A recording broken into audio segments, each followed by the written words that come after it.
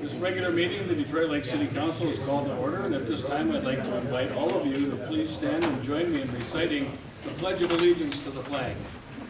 I pledge allegiance to the flag of the United States of America and to the republic for which it stands, one nation, under God, indivisible, with liberty and justice for all. Thank you. The first item on the agenda is approval of the minutes of the regular city council meeting, which was held on October 10th, 2017. Is there anyone in the audience or any member of the council that wishes to make any changes to the minutes as printed? Hearing none, I will entertain a motion for their approval. So moved. Motion is made and seconded to approve the minutes of the regular city council meeting from October 10th, 2017. Discussion on the motion. All in favor of the motion, say aye. Aye. Opposed? Motion carries. The consent agenda is before the council, and all items with an asterisk are considered to be routine by the city council and will be enacted by one motion. There will be no separate discussion of these items unless a council member or citizen so requests, in which event the item will be removed from the general order of business and considered separately in its normal sequence on the agenda.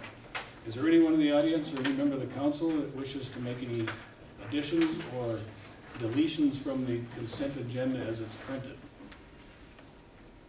Hearing none, I would entertain a motion to approve the consent agenda as printed. So moved. Second. Motion is made and seconded to approve the consent agenda. Discussion. All in favor of the motion say aye. Aye. Opposed? The motion carries. We have a couple of public hearings coming up that are going to take some time, I believe. There's a couple of folks in the audience that I'd like to, without objection to the council, move up in the agenda to accommodate their schedule, because I think they'll be real quick items. So with that, I'd like to call on the finance chair, Dan Winter, and I'd like to take 7A first, Dan, and then 7E if you would. Thank you, Your Honor. Our first item is basically the sale of general obligation improvement bonds. And I'm actually going to turn it over to Pam first and have her just introduce what these bonds are for, and then call on the outfit that sold the bonds for us. So. Thank you, Mr. Chairman. The city went out for the sale of bonds for the Highway 59 North project and Phase 1 of Long Pine Estates. The bonds were sold today. We work with a financial advisor called Springstead Incorporated, and Terry Heaton is here. Terry is our advisor with Springstead Incorporated, and she will share with you the results of the bond sale. Thank you. Mr. Mayor and members of the City Council, this evening we're here to report the results of a bond sale for $2,610,000 that were sold in our offices at 10:30 this morning. Listed in the yellow tabulation that was distributed earlier is the results of the bids. There were 3 bids received. The low bid came from Northland Securities at a rate of 2.69%, listed first on the bid tabulation. And that is about 23 basis points, which is about 1/4% less than our estimate a month ago. And as a result, it's over $60,000 or more of the savings on interest alone. There were 30 financial institutions also participating in this, so there's a lot of market interest.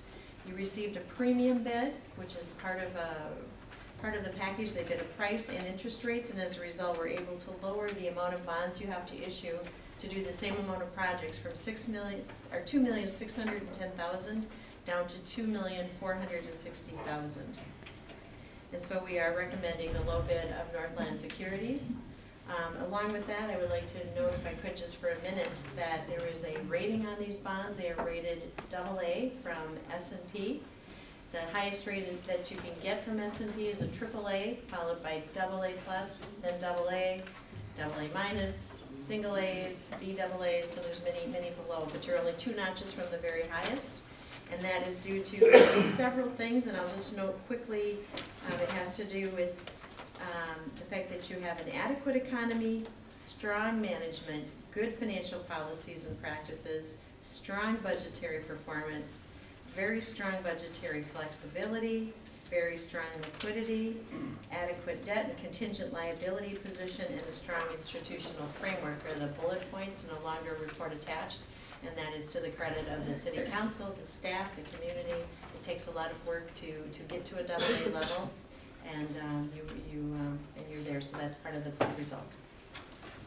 Thanks, Terry. Is there any questions for Terry regarding the issuance of the bonds or our credit rating? I would just note, Mr. Mayor, that of the three bids that we got, the second highest bid was at 2.84%. So the bid that we did get from Northland Securities was a very, very strong bid, and they came in at what? 2.69%. Yeah, about 15 basis points spread there. So. Thank you so much for coming, Terry. We appreciate it. Thank you. We appreciate working with you in this project. So, Your Honor, the Finance Committee did review this and recommended accepting the low bid from Northland Securities, and I so move. Second. Motion's been made and seconded to approve a resolution awarding the sale of the general obligation improvement bond, Series 2017A. Discussion on the motion? I just want to say that our CPA, Pam Swift, she operates our budget, $45 million overall for the city budget, and she does a great job, and she deserves a lot of this credit for the ratings that we get, and the people of Detroit Lakes should be happy that we have her as our finance officer. Well said. Further discussion or comments? All in favor of the motion, say aye. Aye. Opposed, that motion carries. And then Dan, if we could go to 7E, please. Yep, thank you, Your Honor. 7E is considering a letter of commitment for a special effort for ESCO. I'm going to ask the director of the Detroit Lakes Community and Cultural Center just to explain what that's all about. Stu, can you give us a couple minutes on that? Sure. Stu Omberg from the Detroit Lakes Community and Cultural Center. I gave information to the Finance Committee, and I'd be more than happy to make that presentation again, just answer questions or do what I do best, nothing. So which would you like first? What is an ESCO? What a short version version? of what ESCO is. Okay, an ESCO is an energy service company, and what this does is by state legislation, you can enter into an agreement with an ESCO, and ESCO then goes in and does an investment grade audit of your facility. They come back with recommendations to save energy and maintenance costs. Based upon those recommendations, you go ahead with the project. The beautiful part about this is that the savings are guaranteed. So if this ESCO, and we have recommended Trane as our ESCO, comes back and says we are going to save $150,000, we only save $140,000, they will write us a check for $10,000. So the concept of the ESCO and the guaranteed savings is that. The process is at the beginning right now. The letter of commitment that you're looking at right now is basically allowing Trane to move forward with the investment grade audit. Once that's done, they'll come back and we'll review that. The beauty of this is that Trane, of the three companies that we looked at, will do the investment grade audit at no cost. So that was a big plus. We did look at Honeywell, we looked at Johnson Controls, and after the last city council meeting, Dan and Josephson had raised some concerns, so we formed a committee. Dan was part of that committee, Pam Smith, Kelsey Clem was, so was Josh Mason and myself. We interviewed all three companies, we brought them in, and we learned more than, like Kelsey said earlier, that we probably needed to know, but we learned a lot. And it was a lot easier for us to move down the path that we're moving down right now. So the idea was to interview them, get our questions answered, come up with a comfort level, and some of the biggest questions was transparency of these companies. How do they make their money? What kind of margins do they have? How does the process work? And I think in the end, and Dan and Kelsey and Pam, you can attest to this, we think we got most, if not all, of our questions answered to what we needed to know. And in the end, when we took an evaluation of all three companies, we could have picked any of the three. But we picked Trane for several reasons. Number one, they weren't going to charge for the investment grade audit. Number two, they were going to roll a boiler that we need for our pool pack into the project. Number three, they have a history with the DLCCC They've done a great job servicing the community center already. And then we had an opportunity to talk to the superintendent of schools of Prescott, Wisconsin, who gave glowing reviews of their dealings with trade. So we feel very comfortable as a committee to recommend to the finance and the full city council that you move forward with a letter of commitment for trade. Thank you, Stu. Okay, any questions for Stu from the council or from the audience? If not, Dan, we should approve a motion. Well, this is a good deal for the city, new equipment, energy efficiency at no cost. Alderman Zeman pointed out it's a win-win situation here. So the finance committee, it's been thoroughly vetted, finance committee recommended approval of this, and I so move. Second it. Motion's been made and seconded to approve a letter of commitment for the Detroit Lakes Community and Cultural Center's ESCO program. Discussion on the motion. All in favor of the motion say aye. Aye. Opposed? That motion carries. Thanks, Stu. Thank you. Without objection, I'd like to jump to Public Works, agenda item 6I. Jay? All right, consideration to the request from Scott Walls and Amy Stearns for a special event permit for ice harvest from Thursday, January 11th, 2018 to Tuesday, February 20th, 2018. And I guess, does anyone care to give a little presentation? Well, if you'd like, I guess, I'm kind of like Stu, I'm better at doing nothing, so if you don't want me to say anything, I can. But yeah, for those that don't know, we're planning to harvest ice and build an ice palace here in Detroit Lakes. Originally, we were supposed to be harvesting ice for a record-setting ice palace in St. Paul to be built in conjunction with the Super Bowl, but they couldn't get their financing to get theirs done. So we decided to move ahead with the harvesting of a much smaller amount of ice and building our palace, which will be built right by the pavilion near the sailboat there on the beach, harvesting the ice right in front of the pavilion there, and the historical museum having an ice harvesting exhibit in the pavilion for people to come see while we're harvesting the ice. The harvest would be the 11th and 12th, start construction of the palace immediately after that, and then have the grand lighting of this palace to coincide with the beginning of Polar Fest, which is February 8th. Then the palace would be available for viewing through Polar Fest, lit every night, and that's about it.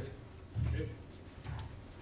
Well, the Public Works has had a chance to look at this request and recommends approval, including the use of the pavilion for an ice harvesting display, with the condition that satisfactory insurance coverage is obtained, and I so move. Second. Motion's been made and seconded to approve the special event permit for the ice harvest and the creation of an ice palace, and also to approve the use of the pavilion and waive the pavilion fee. Discussion on the motion? Did we find out anything on the insurance yet? Mayor and council, we're continuing to work on that. That's why the recommendation is to have it contingent upon us working through those issues. I've had some correspondence with the league. I've talked to City Attorney Charlie Ramstad about it too, and you know, it's about mitigating liability or limiting your liability. Obviously, today, anytime you put a structure like this on there, there's some increased liabilities. How do we cover that, and how do we limit our exposure? So it is contingent on obtaining the proper coverage. We'll work on that now. Okay, further discussion? All in favor of the motion, say aye. Aye. Opposed? That motion carries. Thank you. Well, good luck and thank you for all your work. We appreciate it. Thank you. I'm going to move into the public hearings now, and I'm going to adjust one public hearing because I think it'll be real quick. And that would be item 4C. So at this time, I'll call to order a public hearing to give consideration to the proposed assessments for the Long Pine Estates Phase 1 project. And I'll call on City Engineer John Pratt. There he is. Sorry, Mayor, I That's all right. stuck around.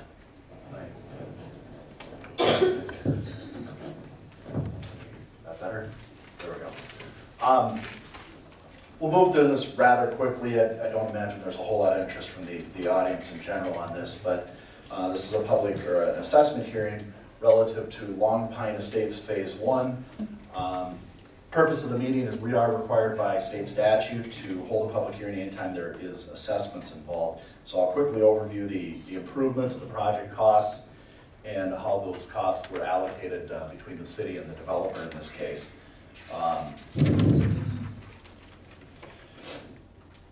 The developer in this case petitioned the city for sewer and water improvements to a portion of Longview Drive. This was an area that was formerly had some improvements with water main and sewer to some degree. Effectively, this project included ripping up a portion of the street, extending some sewer main, and installing service laterals off of the existing water main and the new sewer main. And then subsequent to those improvements, putting in or restoring the road, making some stormwater improvements. Some of the stormwater improvements will actually service not only this phase of the development, but some future phases of it. Stacy, I think at this point we will go right to the costs.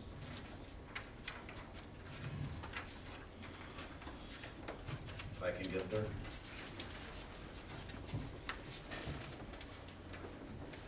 So the total project costs are up on the screen there.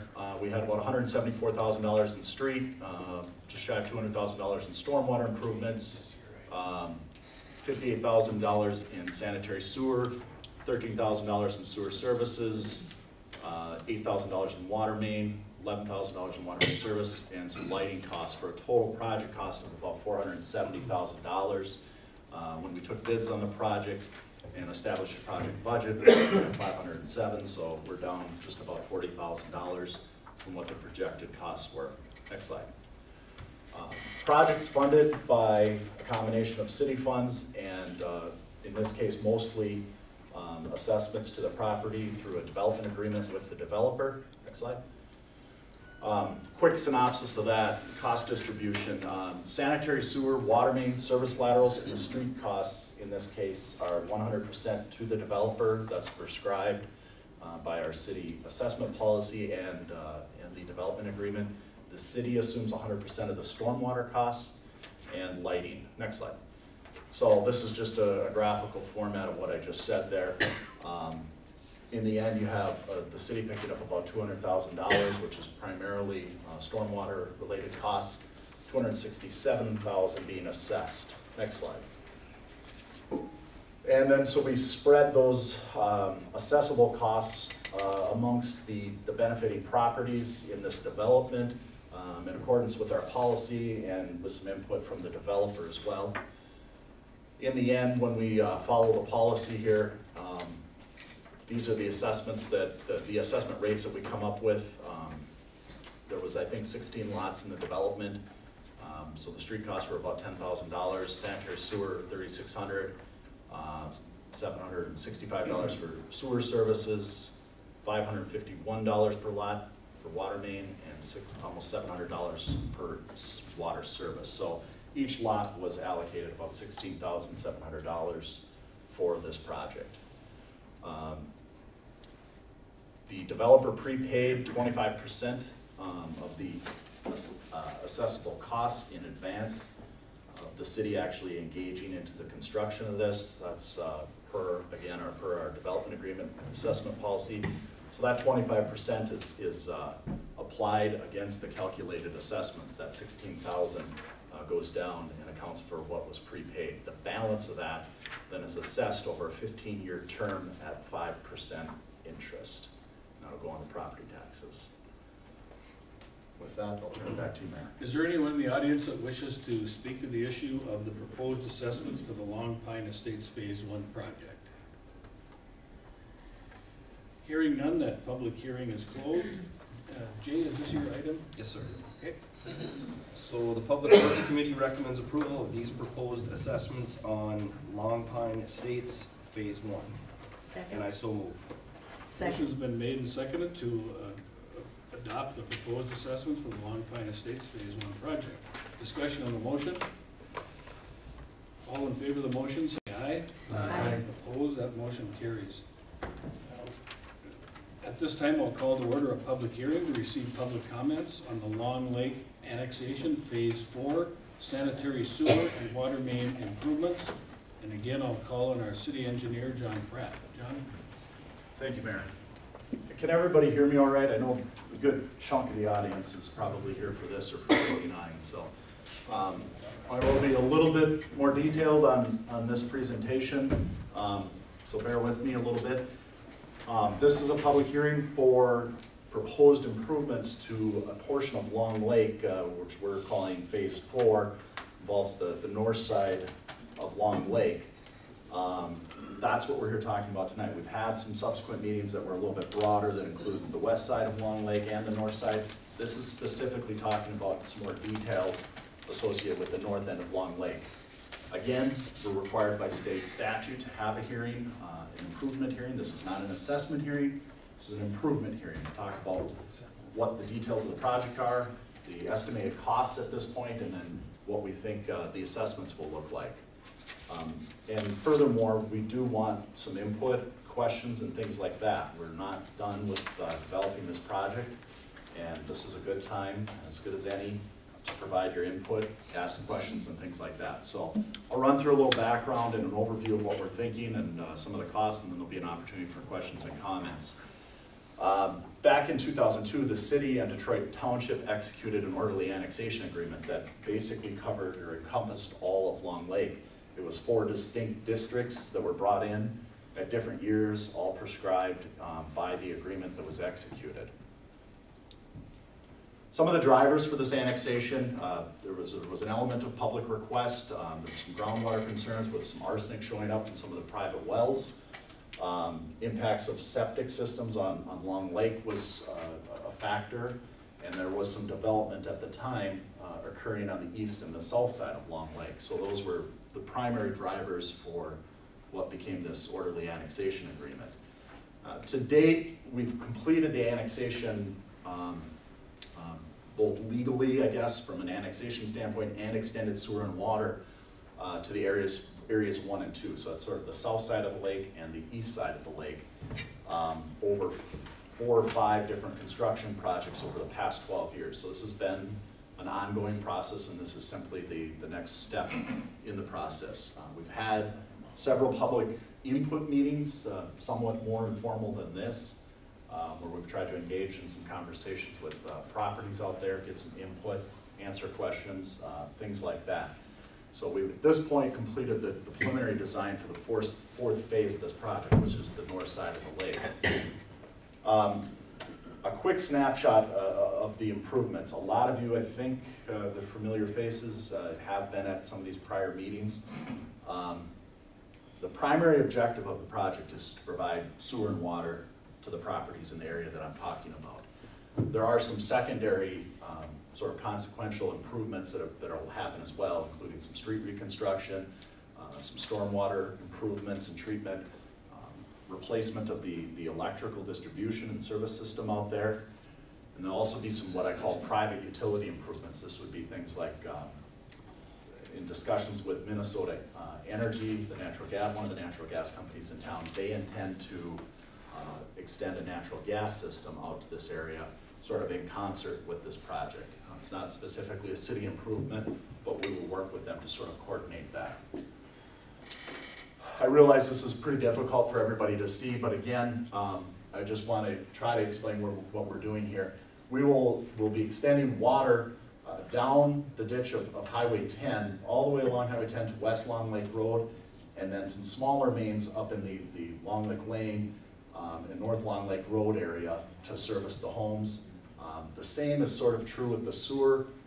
We'll have 2 different lift stations, one located on Longview Lane and one on North Long Lake Road that will collect the independent gravity collection systems and then pump that wastewater back to the city's existing collection system. And that point will be, it'll actually pump towards Long Lake Park. And that right now is the nearest point of connection that was designed to accept the load from this area.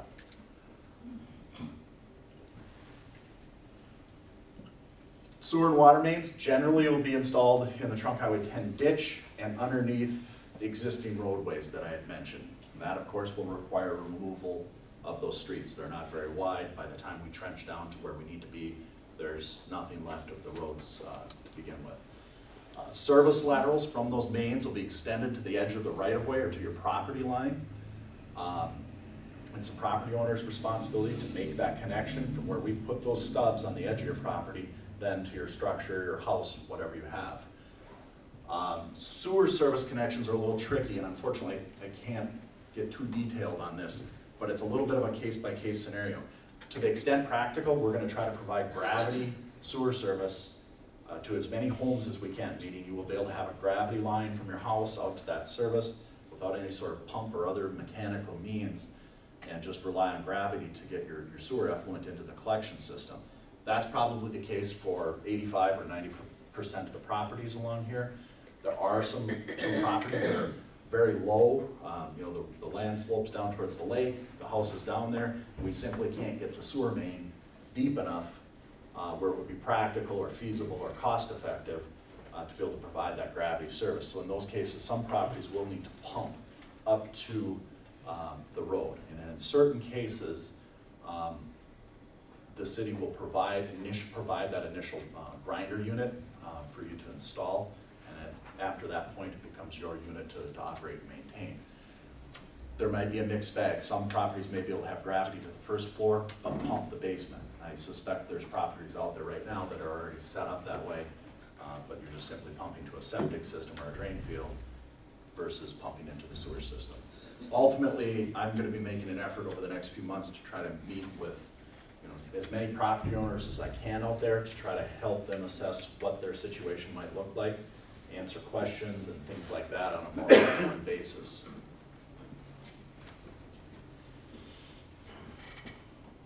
I don't know what happened. Oh, there it goes. I'm going to go back because I'm afraid that nope, I did get it. So when do you need to connect? That's a common question that we hear. And that is actually all laid out, prescribed in the orderly annexation agreement. And the summary of that is 15 years after the installation of a new septic on the date of annexation, 10 years after the date of annexation, this area that we're talking about was actually annexed in, I think it was July 15th, 2012. So you would have till July 15 of 2022 to make that connection, or if you have failure of a septic system between now and then. So those are the trigger points of when you would actually need to physically connect to the city system. Street improvements. Existing streets are generally in pretty poor condition out there, so I think that'll be a welcomed improvement. We will reconstruct all the streets I talked about, Long Lake Lane, North Long Lake Road, West Long Lake, a portion of West Long Lake Road. The streets will be constructed to a similar nature as they exist right now. We're going to sort of try to minimize the amount of alignment, both horizontally and vertical shifts, try to just sort of maintain what's out there. They will be slightly wider than what they are now. Depending on what you measure right now, they're in that plus or minus 24-foot wide category. We intend to put in a 28-foot wide street. That's similar to what we've done in some other phases of the Long Lake project. We might need a little bit of curb and gutter, but generally speaking, I think the streets will remain a rural section with sort of ditches or swales next to them. We don't intend to run curb and gutter throughout the entire area. And I already mentioned that generally follow the same alignments, might have some minor shifts in a few locations. We may shift Long Lake Lane intersection. Right now, if you're familiar, Long Lake Lane kind of comes in, wraps around the north side of Wolds, then out to 10. We're working with MnDOT to try to actually shift that access so it lines straight up with Long Lake Lane and get rid of that curve. Cul-de-sacs will be modified a little bit to city standards, no center island. There's a couple of them out there that have that. And then Long Lake Lane cul-de-sac is going to have to get shifted around. Currently, it doesn't even actually sit within the dedicated right-of-way, so we need to get that shifted within the right-of-way a little better than it is now. We are pursuing the construction of a 10-foot wide multi-use trail from Long Lake Lane to Long Lake Park. That's sort of contingent on getting some easements from some of the adjacent properties. We'd also need some approval from the airport and things like that, but as of right now, that is in the mix. Stormwater, again, sort of a secondary thing, certainly a good thing. When we reconstruct roads, we're required by the watershed in this case to comply with current stormwater treatment regulations. So we do have to collect the stormwater and treat it. Right now, that's something that's still being developed. It has to sort of go hand in hand with the street grading. But our intention would be to construct some swales and berms and use sort of the green space and ditches that are there to the degree we can to capture and infiltrate as much of the water right there versus sort of collecting it and putting it into a large basin or something like that that's a little more intrusive. I'm not going to say that we won't have to do some of that, but the primary objective would be to try to infiltrate. We've got good sandy soils out there, and just use what we have if we can. Electrical and lighting, Public Utilities is working on acquiring the service territory from Wild Rice. I think it's fair to say that the city's utility has more favorable rates and certainly more favorable reliability. I know that's a little bit of a struggle for some people out there. There's frequent power interruptions and things like that. So the city will be replacing and actually rebuilding that entire system. For now, I believe it's all, you're looking at underground primarily, so everything will be underground, get rid of the poles, things like that, and replacing everything up to and including your meters on your house. That will not be part of specifically the construction project, but again, coordinated so that hopefully most of these improvements can kind of coincide and get done at one time. Street lighting, we will do some street lighting improvements out there. It won't be real excessive. If you look around some of the subdivisions and things like that, there'll be some lighting at the intersections and things like that. We'll need to get some permanent and temporary easements for these improvements. That process is something I need to get going on here over the next, well, frankly, over the next few weeks, because it could take several months to get through. But we're going to need some permanent easements for some lift stations. We may need some temporary easements to allow us to grade back into people's yards, things like that, tie driveways in properly. So as we get into the final design, we'll identify the limits of those easements and then be in contact with property owners.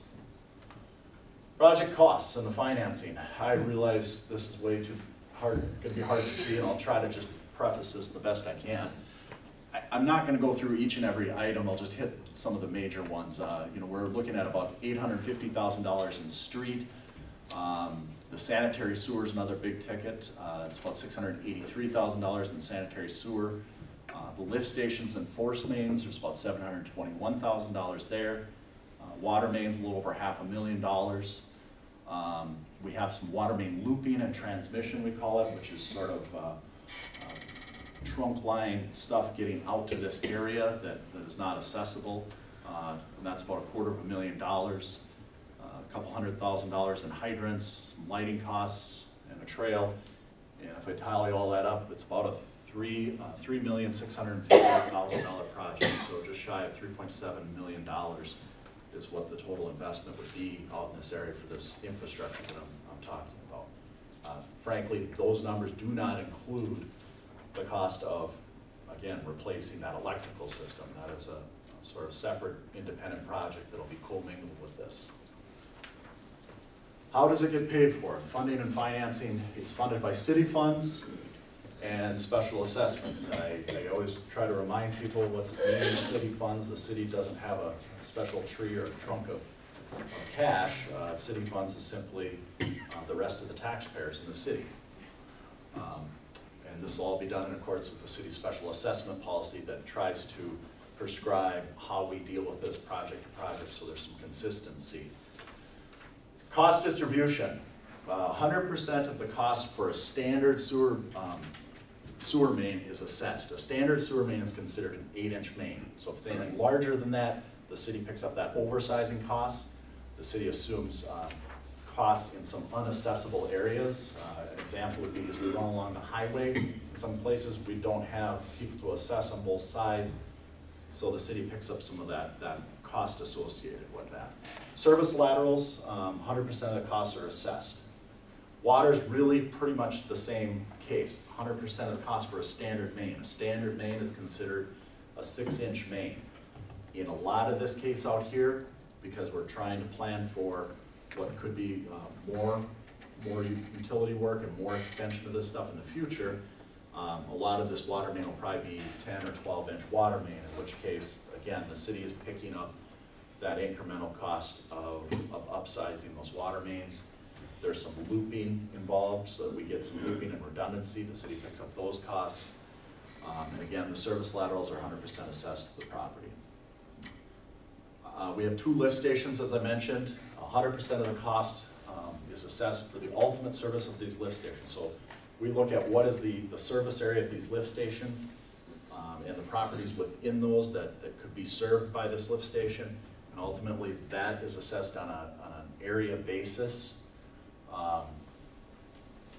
And there may be property within this project area that won't have immediate access to sewer and water, and so there could be a deferred assessment for a lift station at some point down the road. If that property or that portion of the property gets access at some point in the future to sewer and water, then they would be required to pay that deferred assessment. Street, 50% of the street replacement costs are assessed. The city assumes 50, the other 50%. Other city costs, the city pays 100% of the costs related to stormwater, lighting, multi-use trail, and again, the public utilities is picking up the cost of that electric distribution replacement. Assessments. Again, we go back to the city's special assessment policy. We've identified how much of this cost goes into the assessment bucket, and the assessment policy also tells us then how that bucket gets allocated out amongst the properties. Costs are divided by what's out there in terms of available accessible units, meaning front footage or acreage for the lift station. We take those costs and divide them by the accessible units to determine a rate, so a rate per foot or a rate per acre, depending on what the case may be. So for sewer and water, that's assessed on a front footage basis. So your footage is, generally speaking, the width of the front of your lot. If you have a really regular shaped lot, we have to look at that sort of on a case-by-case basis and assign an average width to it. Service laterals are assessed on each basis. Lift station, as I indicated, is on an area basis. So we look at the total area and that ultimate service area, divide the cost of the lift station and the force main by the acres, and develop a cost per acre. Street is very similar. It's a front footage. Rectangular interior lots, your front footage is that width of your lot again. Corner lots, you're assigned, if you happen to be on a corner that has a street that's improved on 2 sides, which there are some of those properties out here, it's a dimension of the smaller side plus half that dimension of the larger side up to 150 feet. Anything beyond 150 is also included, but you get a little bit of a break on that longer side. Irregular shaped lots, again, average dimension, we have to assign those. I point out that there's a lot of, or a fair amount, I should say, of areas that are not accessible. Wetlands, where we go next to wetlands, those are unimprovable type properties. When we're running along the highway, we don't necessarily have properties on both sides, and so there's some footage that becomes non-accessible. We include that footage for purposes of determining the rate, to try to keep rates somewhat equitable project to project. But ultimately, the city ends up picking up those costs. So again, I think we can certainly try to put this presentation on the website. Stacy, is that fine? Because I realize you can't probably see this overly well. But this table outlines the amount of city share versus accessible share. And you sort of go through this. It just goes back to what I was talking about earlier. The street, of the 900,000, 352,000 is accessible, and the city's picking up 504. Storm sewer, the city picks up all that. Sanitary sewer, about 500,000 is assessed, 182,000 is picked up by the city, again for unaccessible areas and oversizing. Sewer services are 100% assessed. Lift station, we say that 100% of the lift station is assessed, but again, we have some unaccessible area, which results in the city picking up about $180,000 of the 721. So you're left with 540,000 being accessible. I could sort of go all the way down this, but in the interest of time, At the bottom line right now, we're predicting that the city share of this project would be about $1.7 million. About $1.9 million would be assessed. And again, total project cost of $3,658,000. So a little less than half is being picked up by the city, and a little more than half is being assessed to the properties out there. So it is a significant investment, not only for the property owners, but also for the tax base as a whole. And here's the slide that most people are interested in. I will preface this by saying these are the estimated rates at this point. We haven't calculated specific assessments for individual properties at this point. That's not where we're at yet. These are the rates that we're estimating at this point. As time goes on, yes, we will get to a point where you will have an actual assessment for your lot. If you're interested, you can certainly call my office and I can try to do an individual sort of estimate for your property and work through that. But the assessment rates that were calculated right now at street, we're looking at about $47 per front foot. Sanitary sewer, about $63 per front foot. Sewer services, about $1,600 each. Lift stations and force main, be about $5,200 per acre. $40 per front foot for water main, and sewer or water service is about $2,300. So to put this into perspective, a 50-foot, which would be a pretty small lot out there, a 50-foot lot, quarter acre, would be looking at a total assessment of about $12,700. More commonly, there are some 100-foot wide, half-acre lots. That's about $21,500. And then there are some larger lots yet that are in that category of 150 feet wide and about an acre, which is certainly larger for a residential property, about $31,600. Now that doesn't cover everything out there. There are some large properties out there. Assessments will be levied against the benefiting properties, presumably in 2019 is when those would get certified and show up on a property tax statement. Assessments are typically applied to property taxes for 15 to 20 years. I suspect the council would go with a 20-year term in this case at an interest rate that's usually a % or two above what we're borrowing or bonding the money at. As of lately, that's been somewhere in the 4 to 6% area. You do have the option to prepay all or a portion of your assessment, and what that does is ultimately reduce interest charges that would accrue over time. You can pay a portion of it, none of it, all of it. If you pay none of it, it just simply goes on your assessment or on your tax rolls for the next 20 years. Deferred assessments. There are, like I indicated, some large parcels out there. There's large parcels that in some cases are only partially developed or completely undeveloped. This is something that we know we're going to have to work through.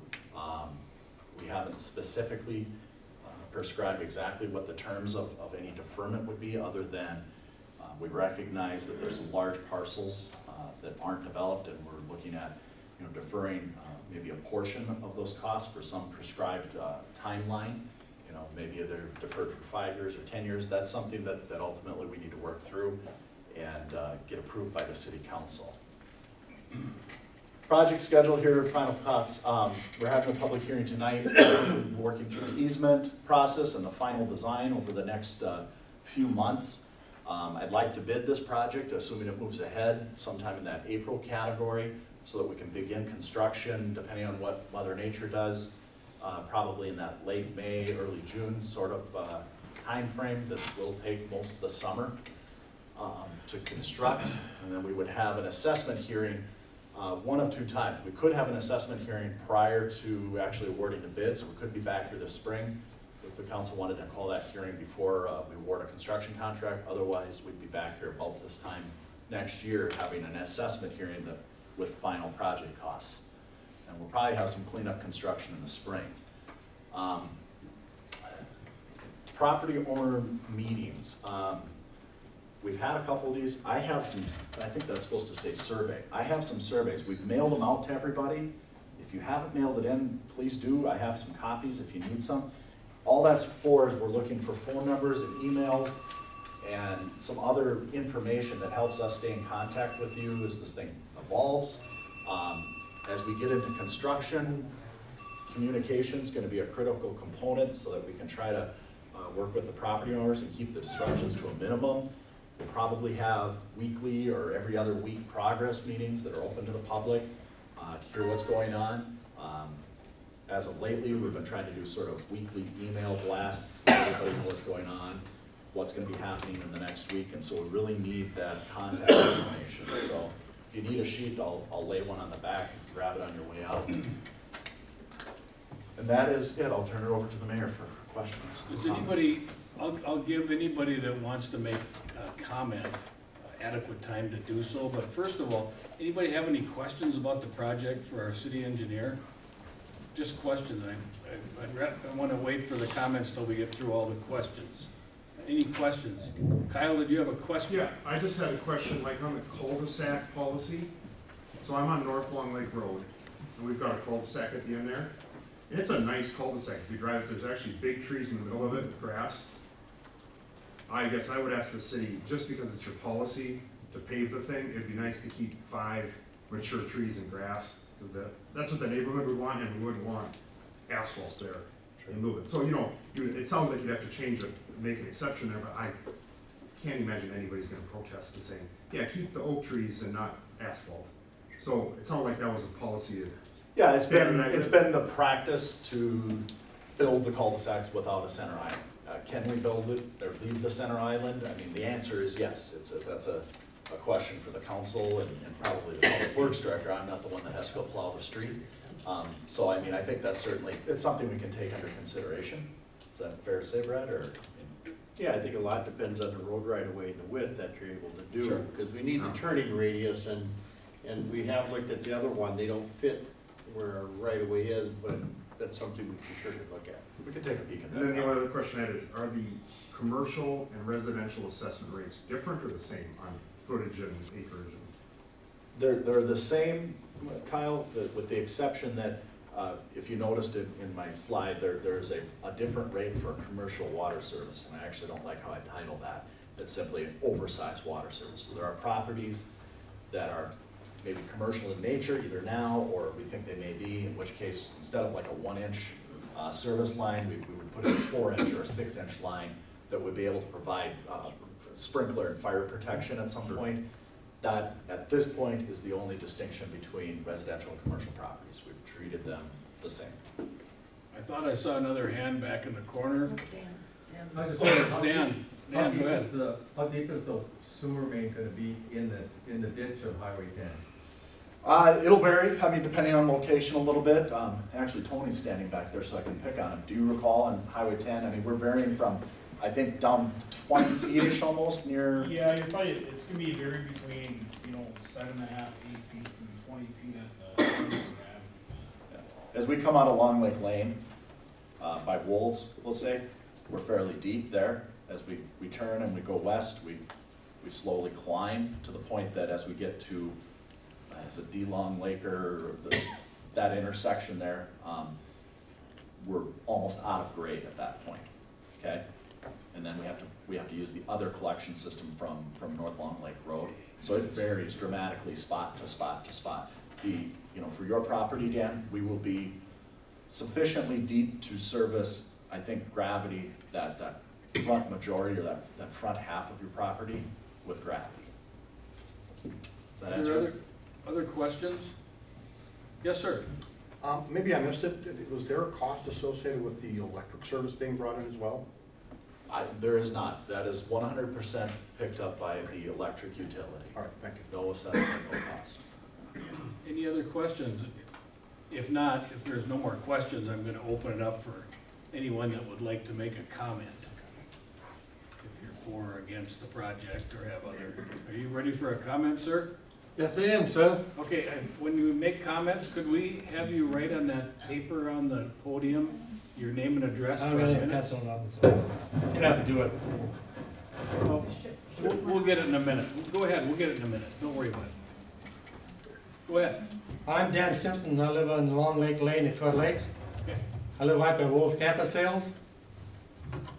And I put a new septic tank 6 years ago. Put on 2 new wells in the basement, 40-foot wells, brand new. Well, when they have to go on it, you have to go on it right away? Oh. What's your first name? John, John, when you gotta go on it? if your septic system is 6 years old. I got it, put in, legal in the courthouse, so brand new septic tank. Yep. And I pump out every year. If it's 6 years old, you would have, I'm gonna make sure I get this right, you'd have 9 years from right now. Okay. You'd have 9 years from right now to make that connection to city sewer. Okay, do you have to go on it after that 9 years then? Yes, So they almost forced you to do it then? effectively, yes. That kinda nice, ain't it? But like I say, where you talk about income and finance and big figures in the papers and stuff, where that coming from? From the people that, I'm on a fixed income, I let make less than $1,000 a month for security. I can't afford a big assessment on that place, so I might pay it off in 20 years, but I'm 80 years old now, I won't see the payment off there come due. So what do you do? I mean, it damn you do it, damn you don't. I mean, I didn't ask to be anything in Trillic, I didn't ask anything, I'm fine where I'm at now. I'm living good, fairly good. I got no, but I can't have any extra draw on my account if it's $300 separate. I can't make it. I do on a fixed income. Social Security and what the hell, that ain't nothing to live on that. Living in poverty, make less than $12,000 a year. Where they gonna come from? You say it's not a big $1 million assessment. The power is free, it said. The power gonna be installed to your house free. It said that in there. That's correct. Okay, but that's the way I feel about it. I mean, I don't know where the money gonna come from. I haven't got anything. I'm paying my bill. I pay my taxes. I live in the property. The tax went up. I'm paying that. I can't afford to draw on my income. I can't help it. I haven't got it. So I know people want city improvement, I know, I agree, it's wonderful, but I got a new tank and I got a new well, I'm living good, I don't have to have anybody for water and sewer, it all look good for me, what we use. But like I say, that's the way I feel about it, I mean, you guys get up there and talk about big figures on the paper, where are they gonna come from? I know the city pay for a lot of it, I know, I agree, but the inconvenience of the line going in now, it won't be dug up. And it's gonna be a mess next year when it all get going and power going at the same time, you know. But that's what I feel about it, and like I say, I haven't got nothing, I'm gonna have the money, I haven't got it. Thank you. Thank you. Is there anyone else in the audience that would like to make a comment regarding the project? Yes, ma'am. Yes, I am Leila Simpson, I'm Dan's wife, Okay. and I have a big concern about moving that road from where it enters into the Long Lake Lane to straight out from our mailbox. I have seen so many close calls of accidents right over where it's at now. What is it going to be like when they come straight out from down below the hill there, straight out by our mailbox and onto the highway without stopping? We have seen many, many times close calls of accidents happen year after year, day after day. We cannot have that road go straight out because of some neglect of some people with the laws that don't obey them. We need that crook in that road to slow that traffic down. I've got grandkids, I've got pets that I don't want to be slaughtered on that road going out onto that highway. Okay. Do you understand? That road cannot be turned from where it's at now. Okay, thank you for your comment. We appreciate it. Thank you. You're welcome. Is there anyone else in the audience that would like to make a comment regarding the Long Lake Annexation Phase 4 Sanitary Sewer and Water Main Improvement Project?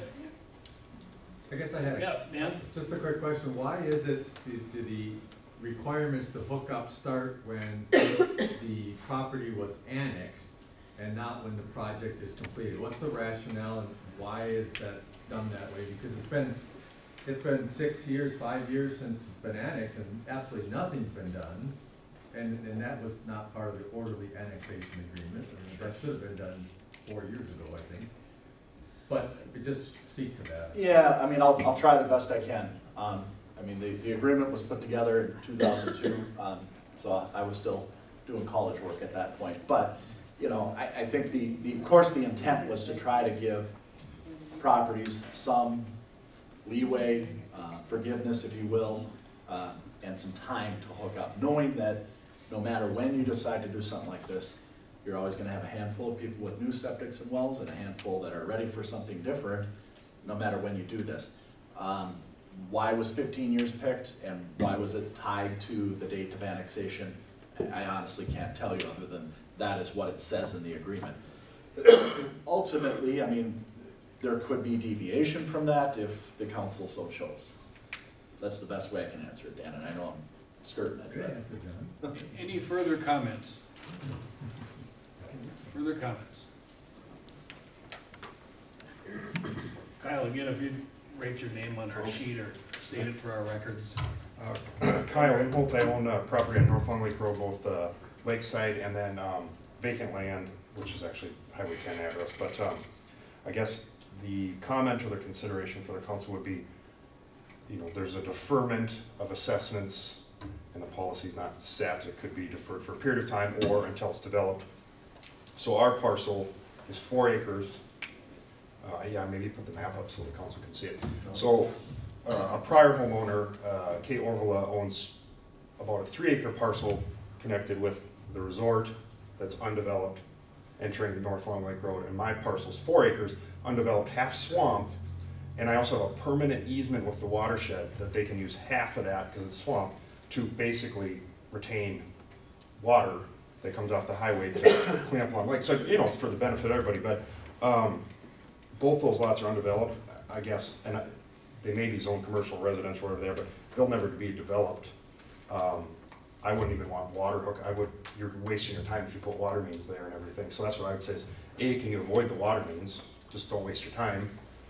On both of them, I mean, you could get the okay from K, but. To answer the question, can we avoid the water mains Yeah. now? Because unfortunately, to get to the residential areas, Yeah. we're going I meant like the caps or the you know, stubs. like Conceivably, skip it, you know. Conceivably, yes. You know, why put it in if it's not needed? Secondly,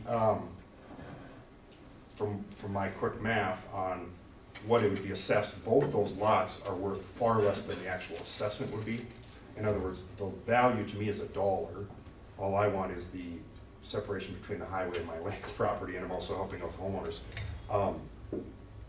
If it's a 5-year deferral, literally, it might as well be turned over to the watershed, and then nobody's going to get it. If it's a permanent deferral or a deferral until development, I can understand that to say, well, if somebody comes in and does develop that down the line, and I know the policy's been all over the place, so I guess I instead of the council just saying, oh, it's going to be 5 years here, I feel like there's a precedent to say, well, we've done it different ways in different spots. So I would like the council to just not stick to, it's going to be a 5-year deferral and then the assessments kick in on undeveloped lots, I guess is what I'm getting at.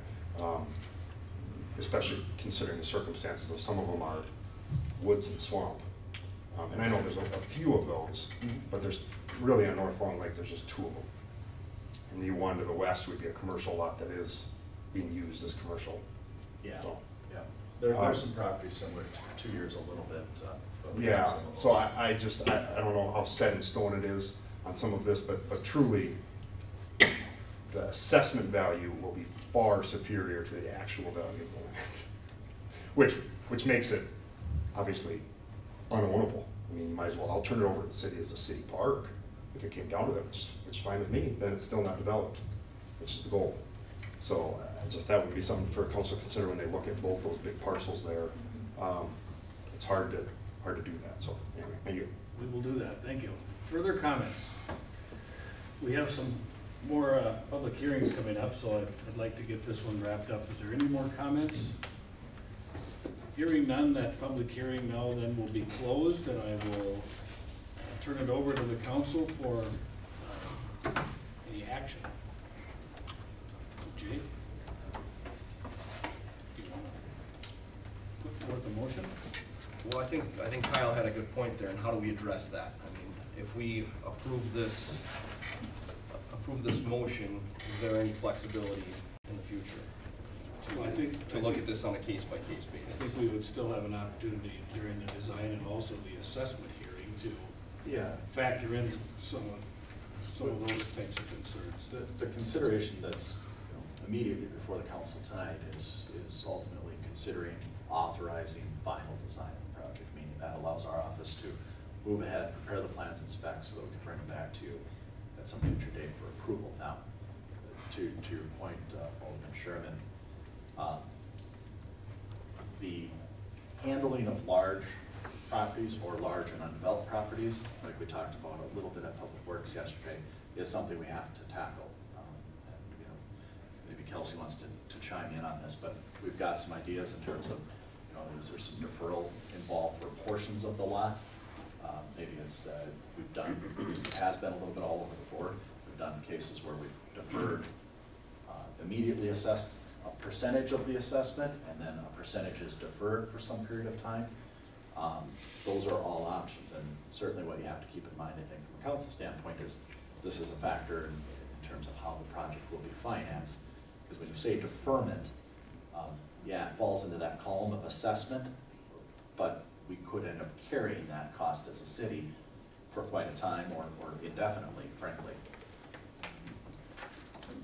Well, Can we get a motion on the table first and a second, and then I'll open it up for council discussion, if that's okay? Sounds good to me, sir. So Okay. the Public Works Committee recommends approval of these proposed assessments for Long Lake. Not assessments. Not assessments, sorry. I'm reading off the wrong one here. Recommend. Recommend approval authorizing Long Lake Annexation Phase 4 sanitary sewer and water main improvements and authorizing preparation of plans and specifications. Thank you. Is there a second? Second. Motion's been made and seconded to authorize the Long Lake Annexation Phase 4 sanitary sewer and water main improvement and authorizing preparation of the plans and specifications. So the motion's on the table, Ron? Well, the comments I want to make on this is what I heard from the committee meeting yesterday, is that we've got two situations. We've got undeveloped lots at all, and then we have lots that are so big we want to defer assessments on.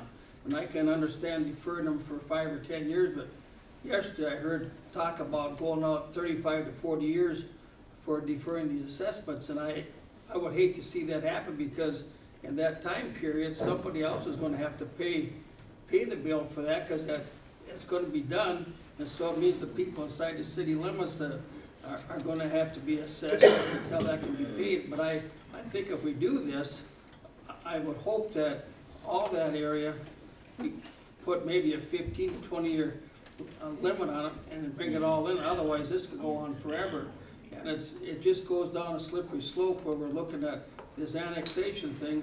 When we've got all this property, they say we've got nobody to assess it to. Well, what that means is going to be all assessed back to people who live inside the city limits already are going to pay the tab on this. And so I think there's only so much we can afford to do on this, because we're going to have more of it coming up on another hearing.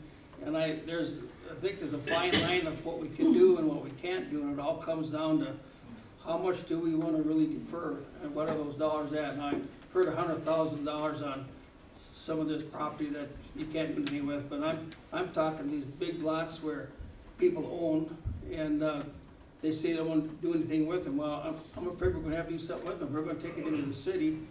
We're going to have to put a limit, say after 15 years, 20 max or something, it's going to have to be start being paid for, because I don't think that we should be putting the burden on the backs of every taxpayer in Detroit Lakes for this annexation cost. I really don't. Okay, further comments? We have a motion and a second on the table. I got a question for Vernell.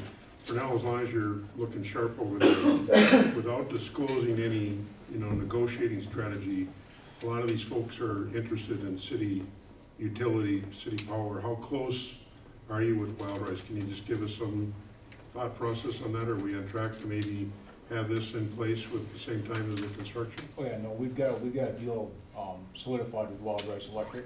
Okay. So our plan is to serve that area sometime in late 2018 to do this with this project. So these folks can know that they'll have city power by the end of next year? Yes, sir. Great. Thank you. Okay.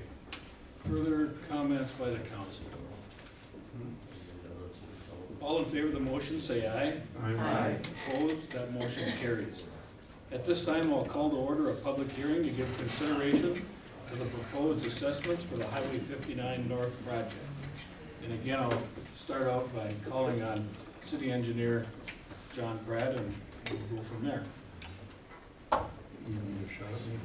Not yet, I'm still doing okay. Turn the microphone on, though, Stacy will get upset. Okay. I'd like to say I could zip through this because it's similar to what you just heard, but the reality is there are some differences.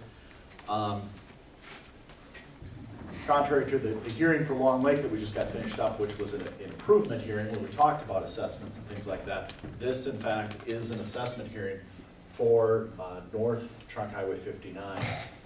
I'm going to preface this just a little bit before I get into it that the vast majority of the properties will not receive an assessment associated with this project. The assessments that were mailed as part of Roll B are in fact the delayed assessment. Those will not be certified, and I'll sort of explain more of that. The only properties that are actually going to receive an immediate assessment related to this project are 4 properties owned by the city up in the Tower Road Industrial Park, and the county to a degree was involved through a development agreement. Again, purpose and overview. I will review the final project costs and assessments to the adjacent properties. It's a requirement of statute 429. I'll quickly go over the improvements that were done.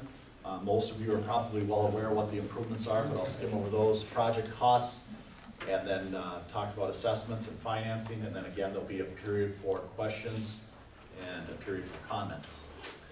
So a little bit of background. Going back to 2008 and 2011, the city installed sewer and water on Tower Road.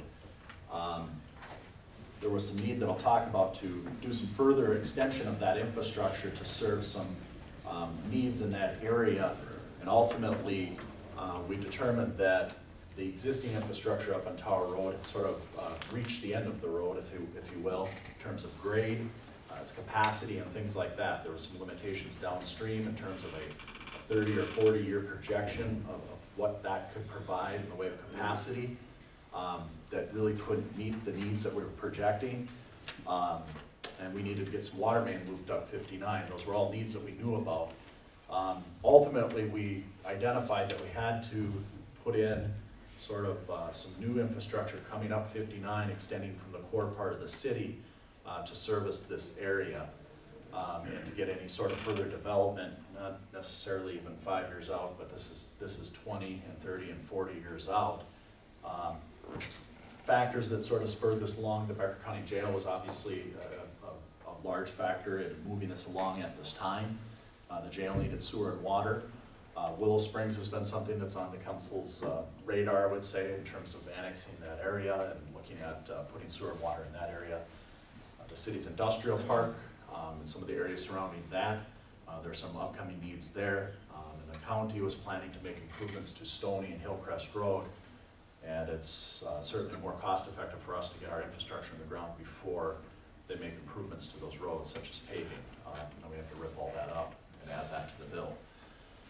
So we needed to install some new transmission and trunk lines coming up 59 to service this area. And that was the core purpose of this project.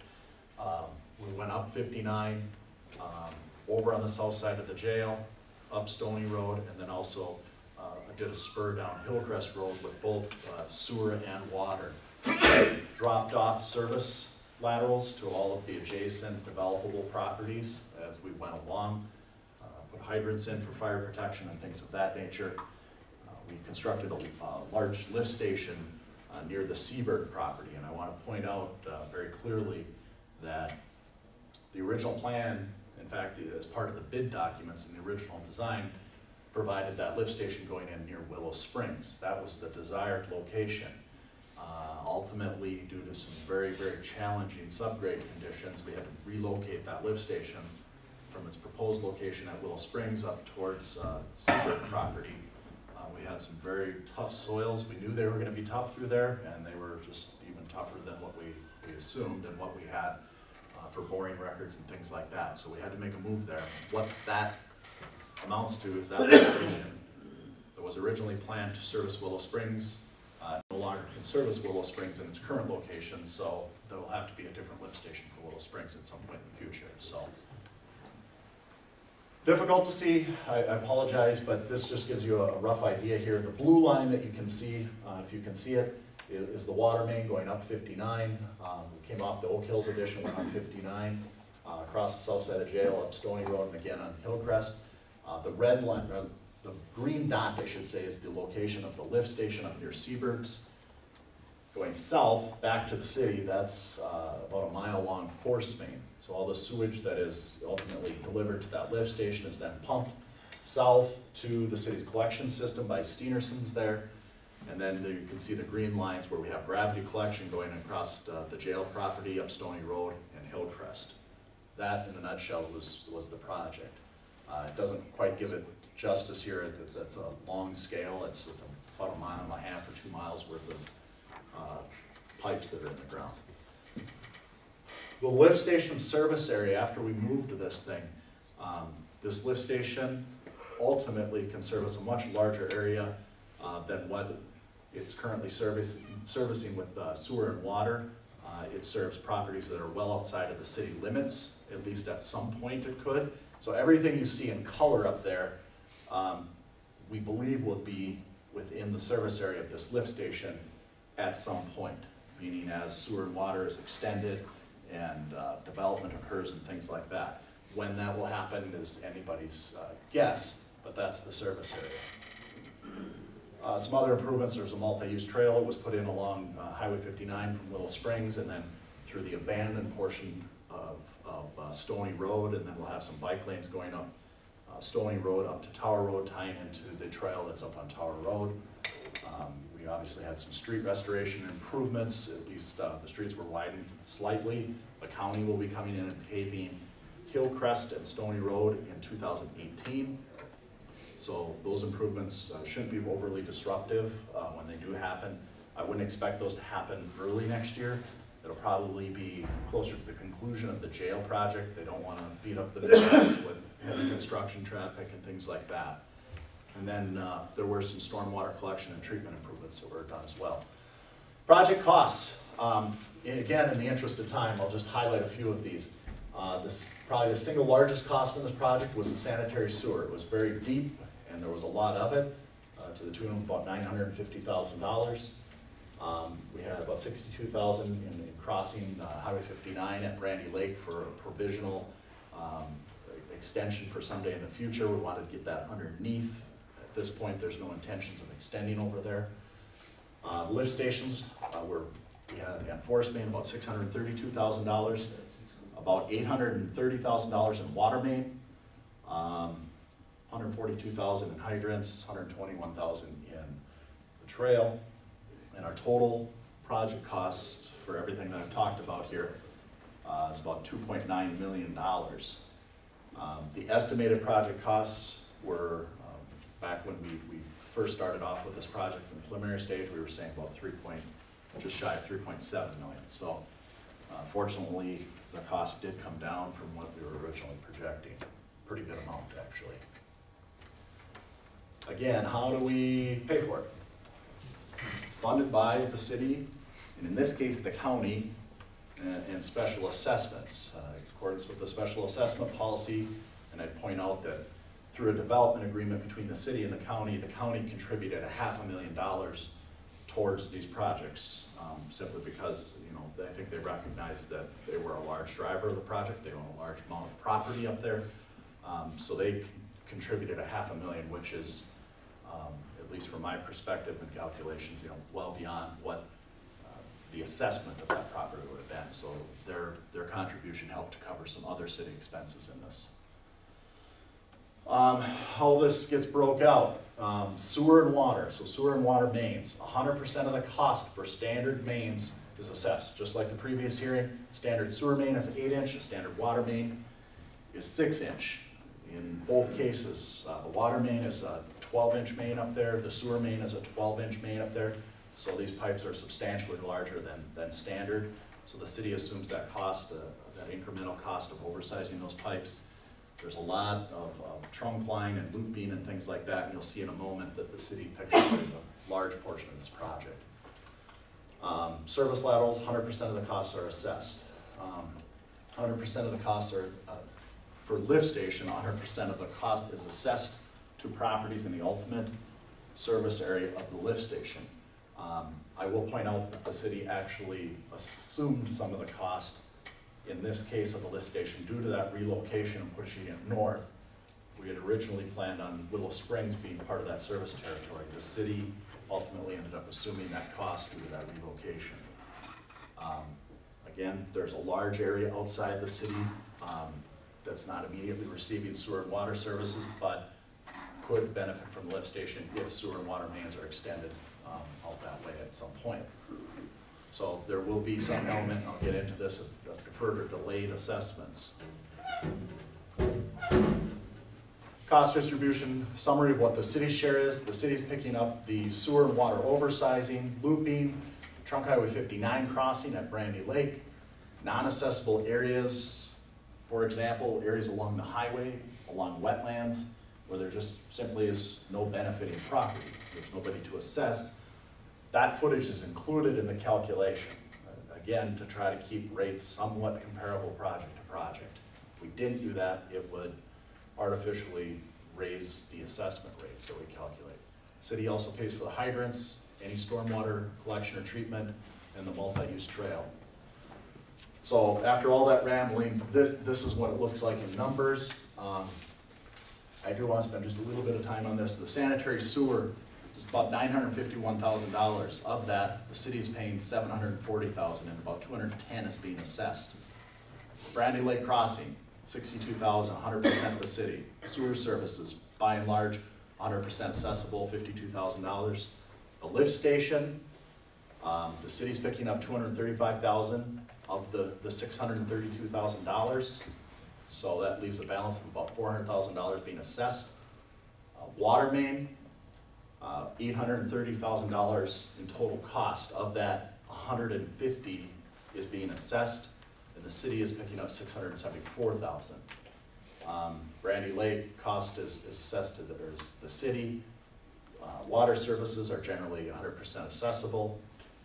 The city's picking up $142,000 in hydrants and $121,000 in the trail. So my point in this is, it's a $2.9 million investment by the city. And of that, the city is picking up a little over $2 million, leaving a balance of $870,000 that could be assessed. Here's where it gets a little bit complicated, and I'll spend some more time on this in a minute. 870 could be, meaning if we had all these properties in the city, the vast majority of these properties are not in the city, and we are not able to assess them right now. So those assessments will be delayed. Of that 870, I don't have the figure in front of me right now, but I think it was right around like $100,000, 120? Yeah. 140. Well, 140,000 of the 870 will get certified to the county and become payable. Those are the 4 lots that the city owns in the North Tower Road Industrial Park. So a very large expenditure for the city as a whole. I'm going to slide through this pretty quickly because it's repeat of past slides or past presentations. Allocation, we distribute these costs to the benefited properties in accordance with the special assessment policy and past practices. Costs are divided by assessable units to generate an assessment rate. Sewer and water is assessed on a front footage basis through the width of your lot, average width for irregular or pie-shaped lots, and we get a cost per foot. Service laterals are assessed on an each basis. The lift station, again, we look at that ultimate service area. I don't remember, but say it's 95 acres. We take the cost of the lift station and the force main, divide it by the 95 acres and generate a cost per acre. The project, again, includes significant areas of non-accessible footage, wetlands, highways, things like that. We've included that footage in the calculation, trying to keep rates comparable project to project, but results in a larger portion of the project cost going to the city. So here's the end result of all of this. The assessment rates that we've calculated are about $63 per foot for sewer, about $3,200 each for sewer services, about $3,200 per acre for lift station, $3,750 per foot for water main, residential water services, about $3,200. And again, to put this sort of in perspective, a 50-foot wide, 30-acre lot, if we had any of it that we could assess at the moment, would receive an assessment on this project of about $12,658. I've got the estimated numbers there on the right-hand side. It's down from about $15,300, which was presented at the public hearing about a year ago. 100-foot wide lot, half acre, about $18,000. 250-foot wide lot, 1 acre, about $35,000. Assessment terms and conditions.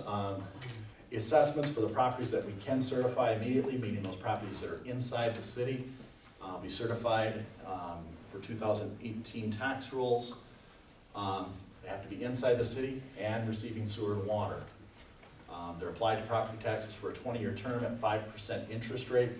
Our prepayment options, I'm speaking only to the city here, so scoot along. The blue properties on this map are the only properties that can receive an immediate assessment. The red properties are adjacent to sewer and water and theoretically have access to sewer and water, but are outside the city limits. We cannot assess them at this time. And I'll have Charlie speak to that in just a minute. The lift station, again, large area, a lot of it outside the city. The property outside the city limits, we have to delay the assessment proceedings for those properties until annexation occurs and the property is connected or serviced by sewer and water. So this gives you an idea. Everything color is within the service area of that lift station. Only those orange properties are being assessed right now, and anything that's blue and pink, those assessment proceedings are delayed because they're outside the city or we don't have sewer and water mains in front of them, so the lift station provides no benefit at this point. Okay, do you want to call on Charlie for something before we open it up for questions? Yeah, thank you. Charlie, I was going to have the city attorney just highlight briefly and explain the delayed assessment proceedings associated with assessments on outside of the city limits.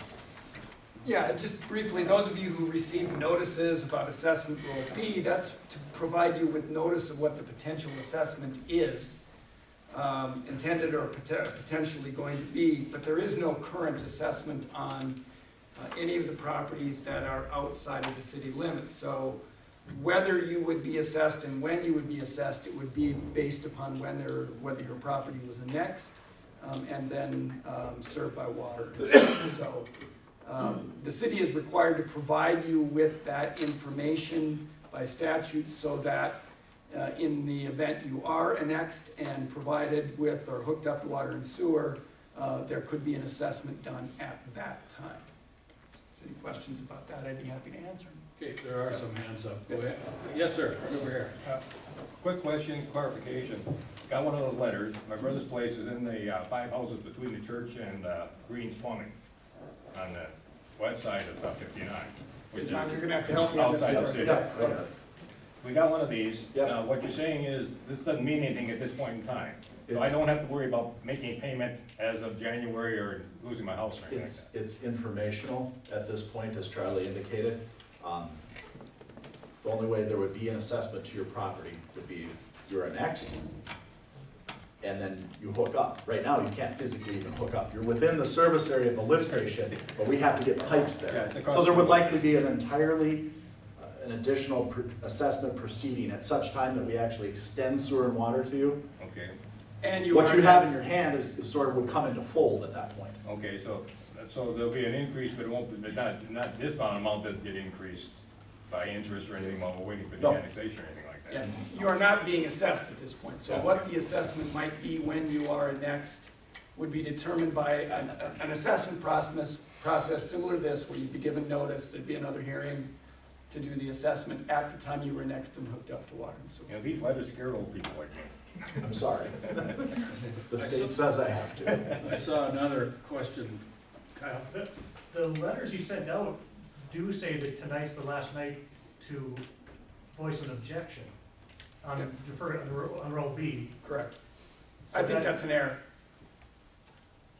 You think it's an error? Yes, that's an error in the letter. I didn't see the letter, so, but if they said that this was the last night to object to assessment roll B, that's incorrect, because there is no assessment against assessment roll B at this point. It sure looks like there is, and 429 allows it. So No, 429 doesn't allow assessment outside of the city limits. it allows deferred assessments. It allows for deferred assessments and also allows for postponed assessments. If you look at 429.052, we can postpone those, which is essentially what we're doing. We're not assessing anything outside of the city limits, because we can't. So there is no current assessment on properties outside of the city limits. So, but we are required by the statute to provide you with notice, both the improvement hearing and that. But the letter, to the extent that it said that this was your last point to object, that was inaccurate. Okay, I'm gonna give people an opportunity to make any comments they'd like to make in just a minute. So I'd like to get through any questions that you would have for either the city attorney or the city engineer. Yes, sir. Is it possible to hook up to water and sewer before it being annexed? I'll field that with some backup from the administrator and Vernell. Generally speaking, the city's policy is if you're going to be serviced with sewer and water, i.e. connect to the sewer and water, you would need to be annexed. If you are contiguous or adjacent to the existing city limits, you could be annexed. Your individual property could be annexed. You'd have to talk to Larry or Kelsey about that, and then you would be able to hook up. But and then you would have an assessment. Then we would have an assessment. Does that answer your question, Tim? Kyle, before I call on you, there's somebody that had their hand up first, right behind you. When are they thinking of annexing? I'm gonna leave that for you. Can you tell me where your property is? Highway 59 north, about 3 miles, 2 miles. North of where, ma'am? Are you on the frontage road? Right next to Ice Processing. Okay. On the west side. On the west side of 59. We have no immediate. There's no immediate plans for annexation. Something would have to occur for that annexation to occur, since either you as a property owner would petition the city for an annexation. There's also an opportunity that if the township would enter into an orderly annexation, but where you're located right now, the city can't unilaterally go and annex your property where you're at on the west side of 59. Saying that, I'll Kelsey, go, hold on a second. I think Kyle had his hand up before you. Right, now I'm calling you next. Well, what is the process that you use to ensure that the assessments don't exceed the benefit to each parcel? The assessments are calculated purely by the city's special assessment policy. So the assessment policy prescribes how we assess those, and that's the practice that the city uses. So I'm not clear, like you don't have any process to ensure that the amount you assess isn't in excess of the benefit? Not specifically. That would require, an appraisal of every single property. Well, one thing that we do, Kyle, is that we do what John was talking about, which is a lot of the buy down that the city contributes for what's called the city share. And then it applies the assessment policy. And in any individual tract, when we look at what the assessed value is versus the assessment, and we'd have to consider that. Was on that roll B that's not being assessed tonight, was that process followed to obtain those? I don't know what the process was. I mean, the city's special assessment policy, or roll A, roll B, are not treated any differently in terms of the application of the assessment policy. Okay, Brian? There's no specific plan to annex the west side of 59 right now, but is there speculation? Long-term plan, any? Well, I can't say never, because if those neighbors on that side decide that they want to petition for annexation to get city and sewer services, that could happen anytime. Sure, spotting like that. But like in Noel Springs, you have an idea of 2 years. Yeah. Is there a 10-year shot? So Willow Springs is a little bit different because it is surrounded by 100% by the city limits. So in that case, the city can annex it in by ordinance because it's 100% surrounded. When that will happen, it hasn't been determined yet. The only decision at this point that the city council has made is in our capital improvement planning, we identified extending services into Willow Springs in 2022. So again, annexation would have to occur before getting city services, so annexation would occur sometime before then. Further questions, and then after the questions, again, I'll open it up for any comments that anyone might have. Mayor, I have a question. Yeah, go ahead. So just, John, just to go back to this assessment policy, but if I remember, once an assessment is made on a property, any property owner has the right to appeal to the council as to their benefit based on the assessment. So that can happen on any project, anytime they can appeal their assessment. That is correct. That information goes out with the assessment worksheets and describes it. Any other questions? Otherwise, I'm going to open it up for comments. Okay, is there anyone in the audience that would like to make a comment? And if so, would you please come to the podium so we can identify, either sign in or state your name and address for our minutes. Carl, please. My name is Carl Malmstrom, and I am here with Val Seberg. And I'll sign in on his behalf. Okay. And the issues that we had have been largely addressed by Mr. Pratt and Mr. Ramstead, and I and Mr. Ramstead had spoken earlier this afternoon to resolve some of the issues regarding the notices that had gone out to properties that were outside of the city. And since we're not quite decided on the language of the resolution that might ultimately be passed, I am going to file a written objection on behalf of the Sebergs. And whoever will admit to being the hearing officer, I will deliver it to them. Thank you. But I'm confident that those issues are resolved, and we will not take up any more of your time. Thanks, Carl. Is there anyone else in the audience that would like to make a comment at this time? Yes, sir. You know, you guys, Can we have your name and address for the record? David Varberg. Okay. You guys annexed in down Tower Road and come up and into the jail over there, or tied in a loop. Is that my understanding, right? Yeah, I think I follow you. Yes, that's correct. That's what, 131? Yeah, I mean, the city limits goes down, effectively down Tower Road for purposes of discussion. Down Tower Road, down Stony Road encompasses the county property, comes back to Stony Road, sort of heads down. Okay, now that lift station, that doesn't service anything other than the Becker County jail. Is that all that's going to service, or is that also servicing what's going down 131?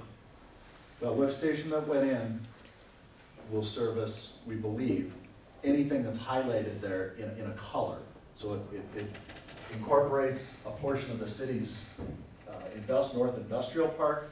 It would incorporate the block around Foltz between Hillcrest, Stony, 59 and 131, the jail property, portions of the Seberg property, and then everything you see on the west side of 59, that's what we predicted it could potentially serve. Okay, and I guess where I have part of my problem is there was a piece of property, I have a parcel number on it. It was sold by the city for $15,000. There was an ice company put up there. Okay. Okay, you know where I'm talking about? Would that encompass that? No. That property is serviced by a lift station that's further east on Tower Road. That sewage goes the other direction down Tower Road. Heads towards Richwood Road. That particular property sold for $15,000, but it had a $35,000 assessment for sewer and water that it received on Tower Road. So the total project, or the total cost was closer to $50,000. How come that isn't reflected then in in the property itself? Because he assumed the special assessments, so he's paying the special assessments. He's paying the special, and who picked up the taxes on that property? The taxes are being paid by Absolute Ice. So there was not a 10-year, The taxes are paid by Absolute Ice. We did do a tax increment financing district for that particular property. you did. Yes. So then what are you saying when you say that? Well, I'm saying that they applied for tax increment financing and received tax increment financing. And so they will pay the taxes like they normally would, but a portion of those taxes will be paid to the city as tax increment dollars, and that can then be paid to the developer to help offset part of their development costs. Mr. Barberg, do you have a specific comment? Well, I'm trying to understand how it costs so much money for the rest of us out here to cover this, and yet we've got properties that are being sold for $15,000, and you expect the rest of us to pick up the tab on what's going on here. That's what I'm trying to understand. We're open for comments, and you're welcome to make those comments. Okay. Well, that's my comment. All right. Thank you. Is there anyone else that would like to make a comment at this time? Kyle, again, if you would identify yourself or sign in, please. Yeah, Kyle Broughton, 1313 Lake Avenue, traffic store. So, special assessments cannot exceed the value increase of the property. Minnesota Constitution doesn't allow it, US Constitution doesn't allow it. It's an unlawful taking. So I realize none of these are going to be put in place tonight, but I think that process needs to be adopted. I heard the same complaints with the paving around the lake.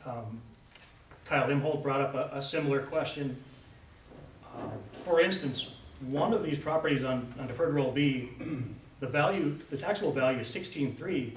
The amount you want to assess is $25,532. I doubt that property is going to increase by $25,000 by having the sewer there, especially considering if they have to pay special assessments for streets and so on. So I think it's pretty important that we adopt a process to ensure that we're in compliance and not going forward with illegal takings any further. So do you have a specific comment about this project? Because I'm thinking that's a conversation for another time.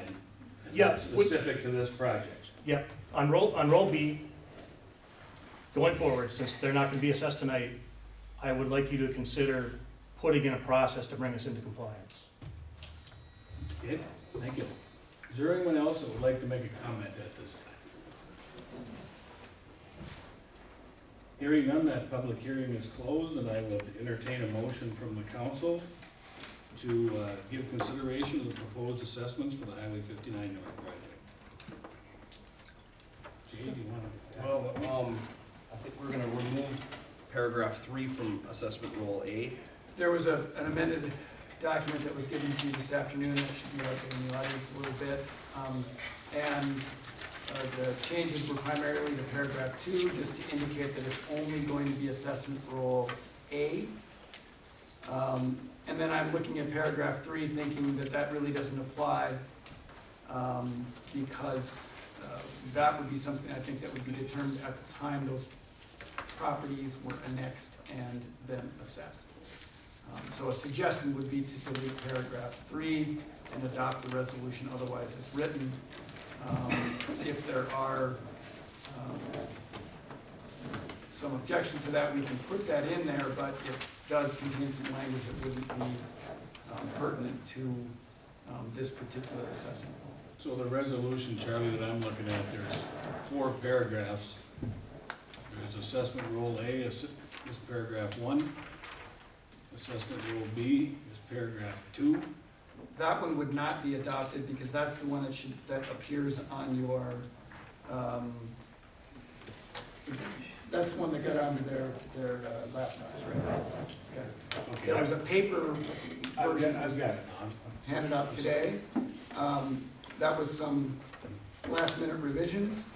And the last minute revisions maybe weren't as complete as they should be.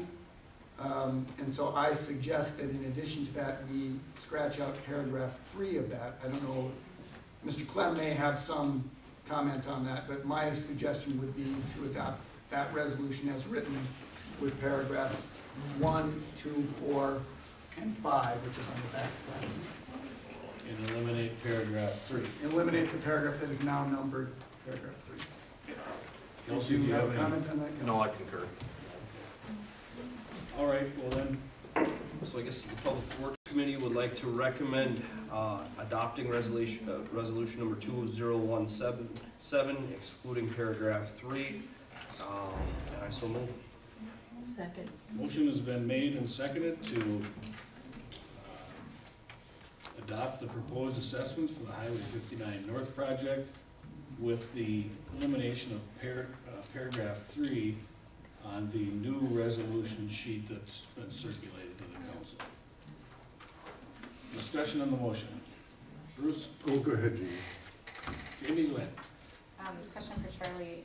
Is our assessment process comparable to that of other communities? Yes. I mean, you know, the problem with special assessments in general is that, as Mr. Broughton says, the special benefit to the property cannot exceed the cost. And so you have to show that the property is benefited by at least amount of the assessment. And we do that, and almost every other city in the state does it the same way that we do it, through an assessment policy. And our assessment policy, I think, is as good or better than most, in that this city is fairly generous. As you recall, I responded to Mr. Broughton in one point to say that what we do a lot of that is we buy down the amount of the assessment. The city pays in a large share of the project costs according to the way our assessment policy is written.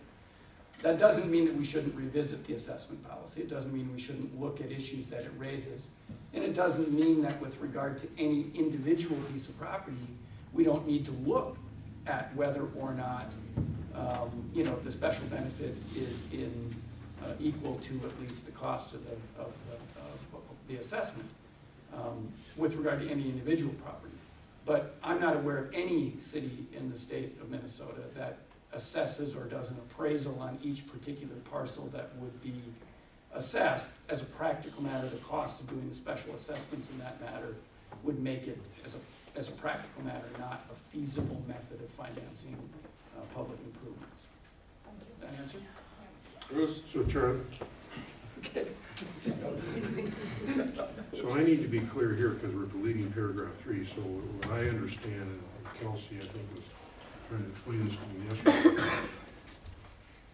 Take that pie shape that's going north of the jail on 59.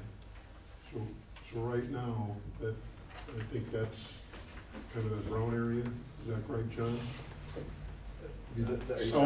South of 131 and west of Stony Road? Yes. Okay. So what we're saying is, you know, that's deferred assessment, we're not gonna do anything with it. But if they come into the city, we are going to base an assessment policy based on an annexation agreement? Is that what? Well, that would be one way to do it. The other is to simply go through the assessment process much as we have here. So for instance, let's assume we assess whatever area, we annex an area that's within some of John's colors, but not in the city. So we annex it. What do? We go through a process of assessing for the benefits of this improvement. And the law allows us to do that, provided we didn't do the assessment at this point in time, and provided they were given notice under the improvement hearing, which they were. And that's why the people were all given notice. And I would point out that this will be, Bruce, if in such time that comes where we annex that area, certainly we would pull this roll out, and it would at least be the starting point. Correct. For what we would potentially consider for assessments to that area. It would be assessed based upon whatever the assessment policy was at the time we were doing that assessment. Okay, but that's my basic question. By taking paragraph 3 out of here, we're not eliminating the possibility of assessing. No. What we are saying is that we will assess according to whatever the assessment policy is at the time we do that assessment when they come into the city. Thank you, that was my question. Further questions or comments? Well, you know, it goes back to the reason we did this project is because we were asked to by the county for the sheriff's department, or for the new jail project, and they had to have, state wouldn't let them build unless they had city water and sewer, and they did give us $500,000, but they probably got the deal today the way it looks on these costs here.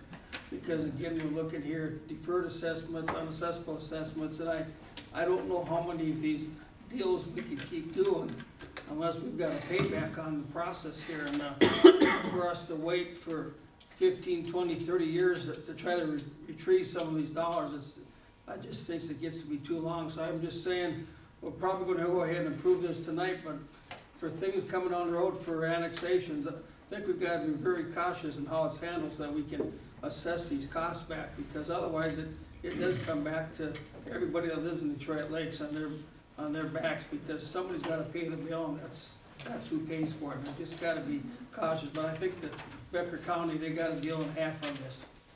Further comments, Jamie? I do think that there was one other issue that I can recall, and that was that we needed increased fire suppression capacity in that area of town. So I think that was a factor as well. It wasn't just the jail. Further comments? We have a motion and a second on the table, I believe. If it gets too long, I start forgetting. Okay, I want to call the question. All in favor of the motion, say aye. Aye. Opposed? That motion carries. Again, with paragraph 3 eliminated from the resolution.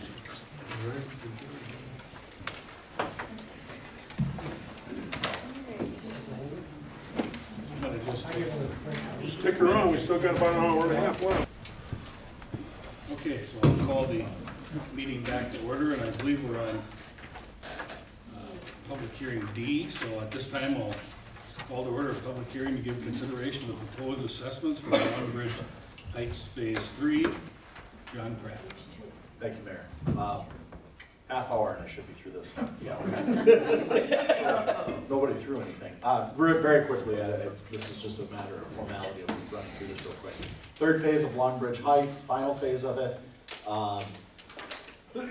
Just quick background, this is the final phase. It's a 40-acre subdivision. There was 15 lots in the final phase. It was constructed over 3 phases. We finished the project up this year. Very basic or typical subdivision improvements: sewer, water, service laterals, stormwater, some site grading and street. We also did some city improvements, looped into the standpipe water tower that's adjacent to the development, and an access drive. Just a picture of the improvements. Project costs, we had a total project costs of about $550,000, down from the estimate that was just a little over $600,000. So again, we managed to come in a little bit below budget. Proposed financing, by and large, this is paid by the developer. There was some city costs. Things are allocated again in accordance with our policy. Basically, water main hydrants, water main oversizing hydrants at the city share. The standpipe is city share, stormwater city share. Sewer, water, service laterals, and street costs are 100% assessed. This is what it looks like.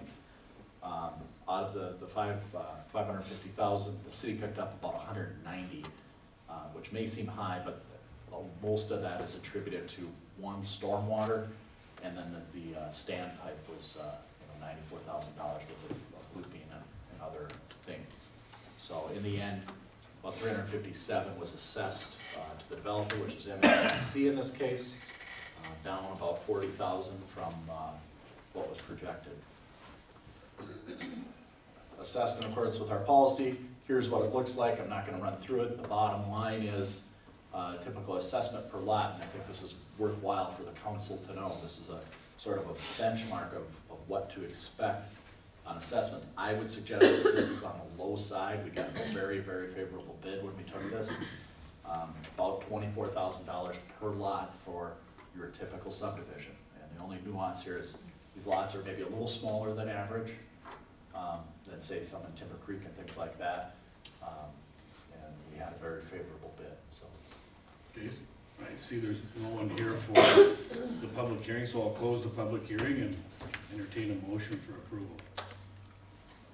Don't move. Second. Motion's been made and seconded to adopt the proposed assessment for the Long Bridge Heights Phase 3. Discussion on the motion. All in favor of the motion, say aye. Aye. Opposed, the motion carries. At this time, I'll call to order a public hearing to give consideration to the proposed assessments for Edwards Street, light fee, water, sewer, and stormwater charges. And again, I see no one in the audience. Is there anything we need to, Kelsey, or do we need to do anything with this other than adopt the assessment? Mayor and council, this is an annual thing that we present, and just have to pass the resolutions. Okay. So that public hearing is closed, and I would entertain a motion. So move. Second. Motion's been made and seconded to adopt the proposed assessments for unpaid street light fee, water, sewer, and stormwater charges. Discussion? All in favor of the motion, say aye. Aye. Opposed, the motion carries. At this time, I'll call to order a public hearing to give consideration to the proposed assessments for unpaid fire calls for 2016 and 2017. I know there's some firemen in here, but I don't think anybody in the audience that's gonna have any questions or comments, so I'll close that public hearing and entertain a motion. So moved. Second. Motion's been made and seconded to adopt a resolution for the proposed assessments for unpaid fire calls for 2016 and 2017. Discussion on the motion. All in favor of the motion, say aye. Aye. Opposed, motion carries. I'll call to order a public hearing to give consideration to the proposed assessments for weed cutting for the year 2017. And I don't see anybody here for that, so I will close the public hearing. What are your wishes? So move. Second. Motion's made and seconded to adopt the proposed assessments for weed cutting for the year 2017. Discussion on the motion. All in favor of the motion, say aye. Aye. Opposed, the motion carries. I'll call to order a public hearing to give consideration of the proposed assessments for Dutch elm control for the year 2017. Seeing no one in the audience for that, I'll close that public hearing. And what are your wishes? So moved. Second. Motion's been made and seconded to adopt the proposed assessments for Dutch elm control for the year 2017. Can I just ask one question? Yeah. How much Dutch elm do we still have in the city? I know years ago it was a big, Yeah, it still is, it goes by the year, I think the weather really has a lot to do with it. A few years ago, we had not as many, but the last 2 years, it's kind of come back as a vengeance with the warm winters, I believe, but that is a part of it. The colder the weather, it seems to slow the Dutch beetle up, the Dutch elm beetle up, and last 2 years have been quite extensive. A lot of people have either removed them themselves, that's why we only had 2, but you see the one tree is 1,500, it was a huge tree by their house, and you need a professional remover. But there's quite a few this year. okay, thanks, Brad. Any trouble with ash borer yet? We have not. We Okay, are good. part of the state, working with the Department of Agriculture of Minnesota, University of Minnesota. We do have some traps out in different areas, and we have not, Alexandria, I believe, has some, but not up here yet. All in favor of the motion, say aye. Aye. Opposed, motion carries. I'll call to order a public hearing to give consideration to the proposed assessments for construction of curb, gutter, approaches, and sidewalk improvements for the year 2017. And I see no one in the audience that has questions or comments, so I'll close that public hearing and entertain a motion. So moved.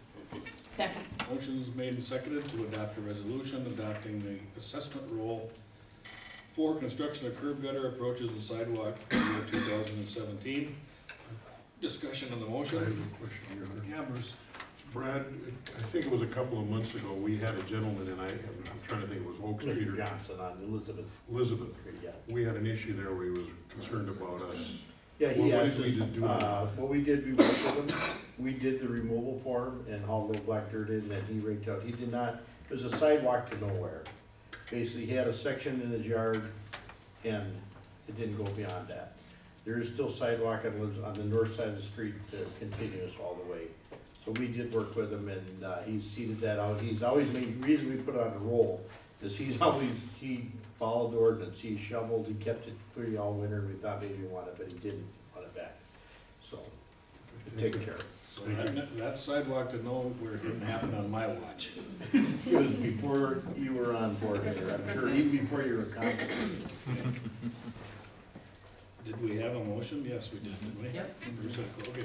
All in favor of the motion, say aye. Aye. Opposed, motion carries.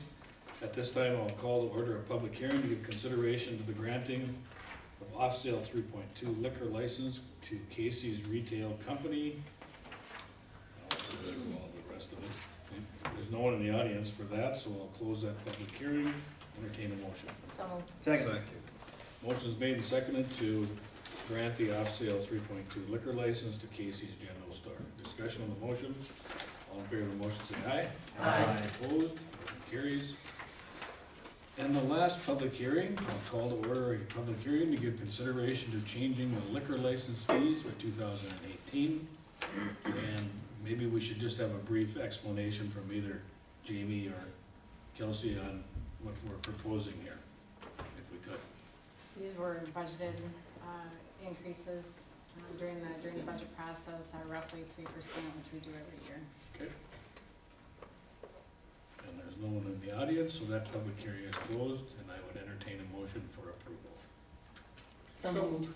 Motion is made and seconded to change the liquor license fees for 2018 per the budget. Discussion on the motion. All in favor of the motion, say aye. Aye. Opposed, that motion carries. Go to the Community Development Committee agenda.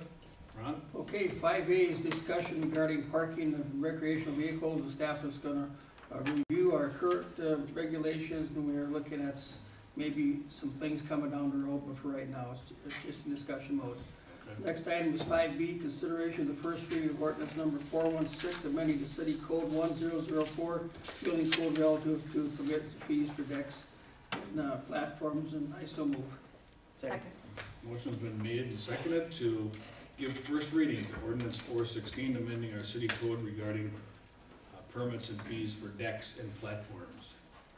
Discussion on the motion?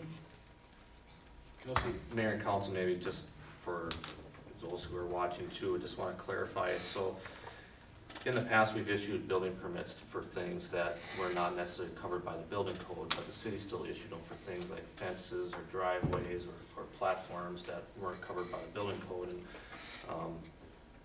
what we're doing is basically removing this from our ordinance so we're consistent with state statute and with the state building code.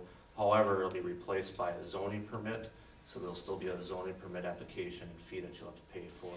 Again, fences under 6 feet, driveways, platforms that aren't covered by the building code. Okay, thank you for that. Further discussion? All in favor of the motion, say aye. Aye. Opposed, motion carries. Anything else, Ron? No, Your Honor. All right. Will the Public Works Committee. All right, item 6A, we had a discussion regarding parking restriction in the downtown area.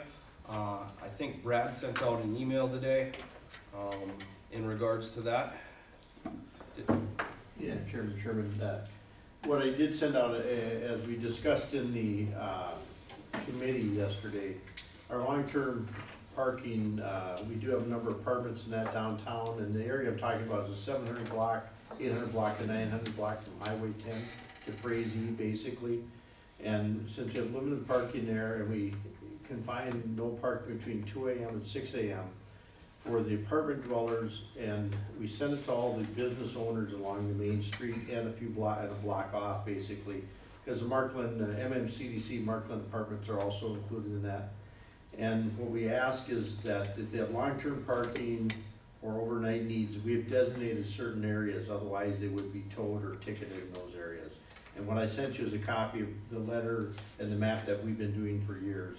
We do that annually, and I just want to let you know what we do on that.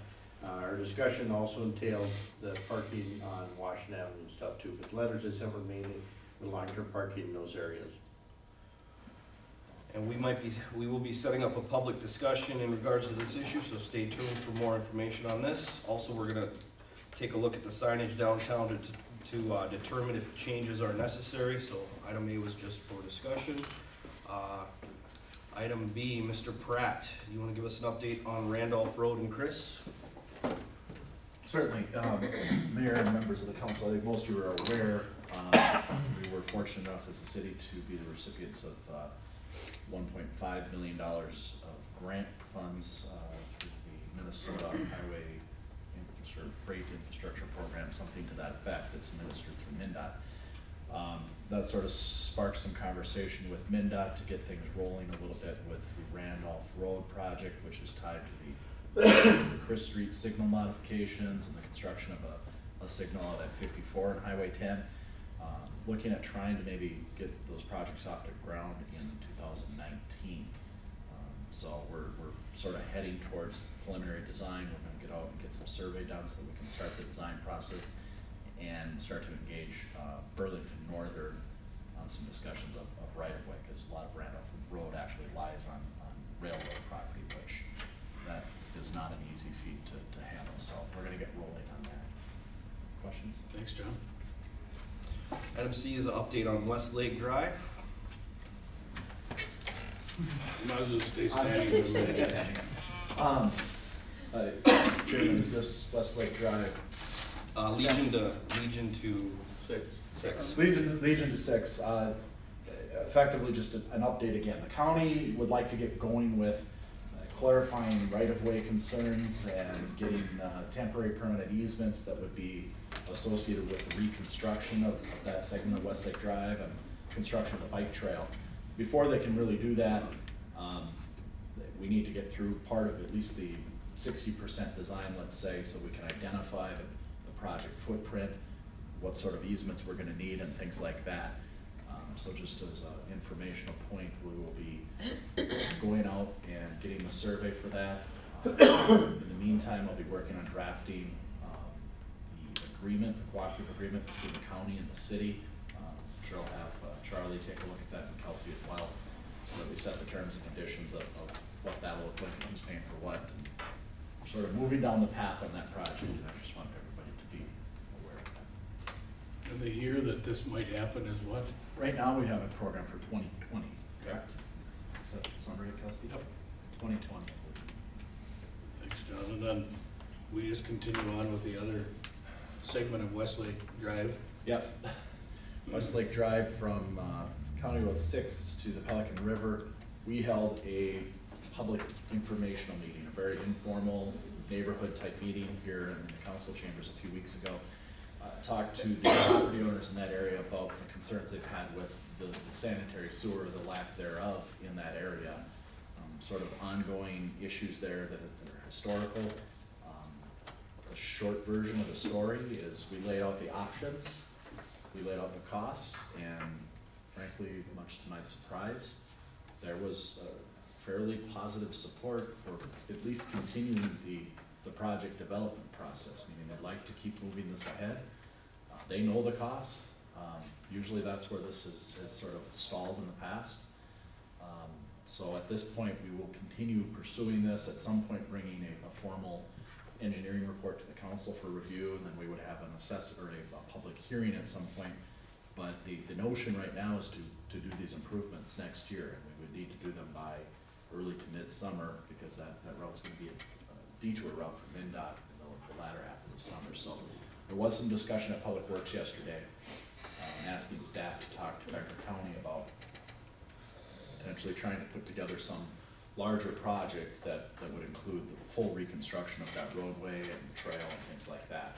It's not quite on their radar yet, it's just not in that condition, but there may be some element of negotiation and pursuit of that. So we intend to have that conversation though with the We county, do. is that correct? That's correct, Mayor. Mayor, I have a question. Yeah. This is a follow-up, this was done, so you estimated the cost of the road to be about $250,000, just to put it back into place, and you thought that one might be anywhere from $5,000 to $7,000 per household? That's correct. So if we go to the county and ask them to redo the road in its entirety so we can put a trail in there, could we still not, because normally that wouldn't be assessable, I assume, if the county does it, correct? Correct. Generally, the county, if they do a project on their own, does not assess. But could we still take that $250 and assess that back to the city cost, because we would have assessed that to those folks anyway? Yeah, I think the premise of the discussion is these folks would be willing to maybe continue to pay that, and that those funds would either go towards a a city or a county component to help facilitate the project. Does that make sense? Yeah, and to me, then you're only asking them to mess up their driving for one time rather than Yeah. 2 times within 10 years or something. There was quite a fair amount of support from that group to do a sort of a larger project. I don't want to dismiss that. Frankly, the I don't want to say issue, but Jim Olson, the county engineer, was in attendance, and his response, and I understand, is no, this is not on our 5-year plan. Maybe in 6, 7, 8 years, certainly we're always amenable, but right now it's not in our plan. That doesn't preclude us from going to the highway committee and saying, well, look, we've got sort of this unique deal here, and we're gonna spend, somebody's gonna spend, whether it's us or the property owner's gonna spend a lot of money just patching the road back. Why not put that towards a improvement rather than a restoration? Okay, well, let's have that conversation. Jay, you want to continue on with 6E? Okay, consideration to accepting the quote for wood and brush grinding from Waste Wood Recyclers. The costs are gonna be shared with the state and county. And, Public Works had a chance to look at this quote and recommends approval, and I so move. Second. Motion's made and second to accept the quote for wood and brush grinding. Discussion on the motion? All in favor of the motion, say aye. Aye. Opposed, motion carries. Okay, item F, consideration to approving the revised Kent Freeman Sports Arena lease agreement with the Detroit Lakes Public Schools. The Public Works Committee had a chance to look at this lease agreement and recommends approval as long as we can get an agreement by next year, by July 1st. And that was something that Bruce asked for, and I think Pam needs a little bit more time to make sure that the numbers work out, and so if we could have an agreement by July 1, 2008, next year, I so move. Second. Okay, motion's been made and seconded to approve the Kent Freeman Sports Arena lease with the condition that we will have a new lease in place by July 1st of 2018. Discussion on the motion? Well, I just want to say that a group from the youth hockey, the city and the school district met quite a few times during summer trying to come up with an agreement so everybody's paying equal shares, a third, a third, a third. We're getting close, we're not quite there yet, but it costs a lot of money to run the Kent Freeman Ice Arena down there, and we're looking at an average of around 100,000 or more a piece. And we're trying to get everybody that they can pay equal shares on this because we all share in the use of this facility. And I'm hoping that we can get everybody to base next year so that we all do pay that a third, a third, a third, so everybody's on the right page of that. Like I said, we're better off now than what we have been, but we're still not, we should as far as sharing the true cost. And it is an expensive situation to try to keep this hockey thing going, and for a town our size, I think we're doing a pretty good job. Okay, further discussion? Kelsey, when did the youth hockey sign the agreement?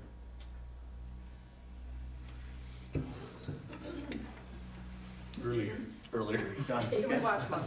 It was last month? Correct. Thank you. Thanks, Stacy. Further discussion? All in favor of the motion, say aye. Aye. Opposed, motion carries. All right, item G, consideration of the request from Bell State Bank to allow a handicap parking space in the front of their building on 920 Lake Avenue. We recommend approval as long as they work with Brad on the best spot, and I so move. Second. Motion's been made and seconded to approve the request of Bell Bank for a handicap parking space, in this case, in the vicinity of their building, subject to the approval of the Public Works Director. Discussion on the motion? All in favor of the motion, say aye. Aye. Opposed, motion carries.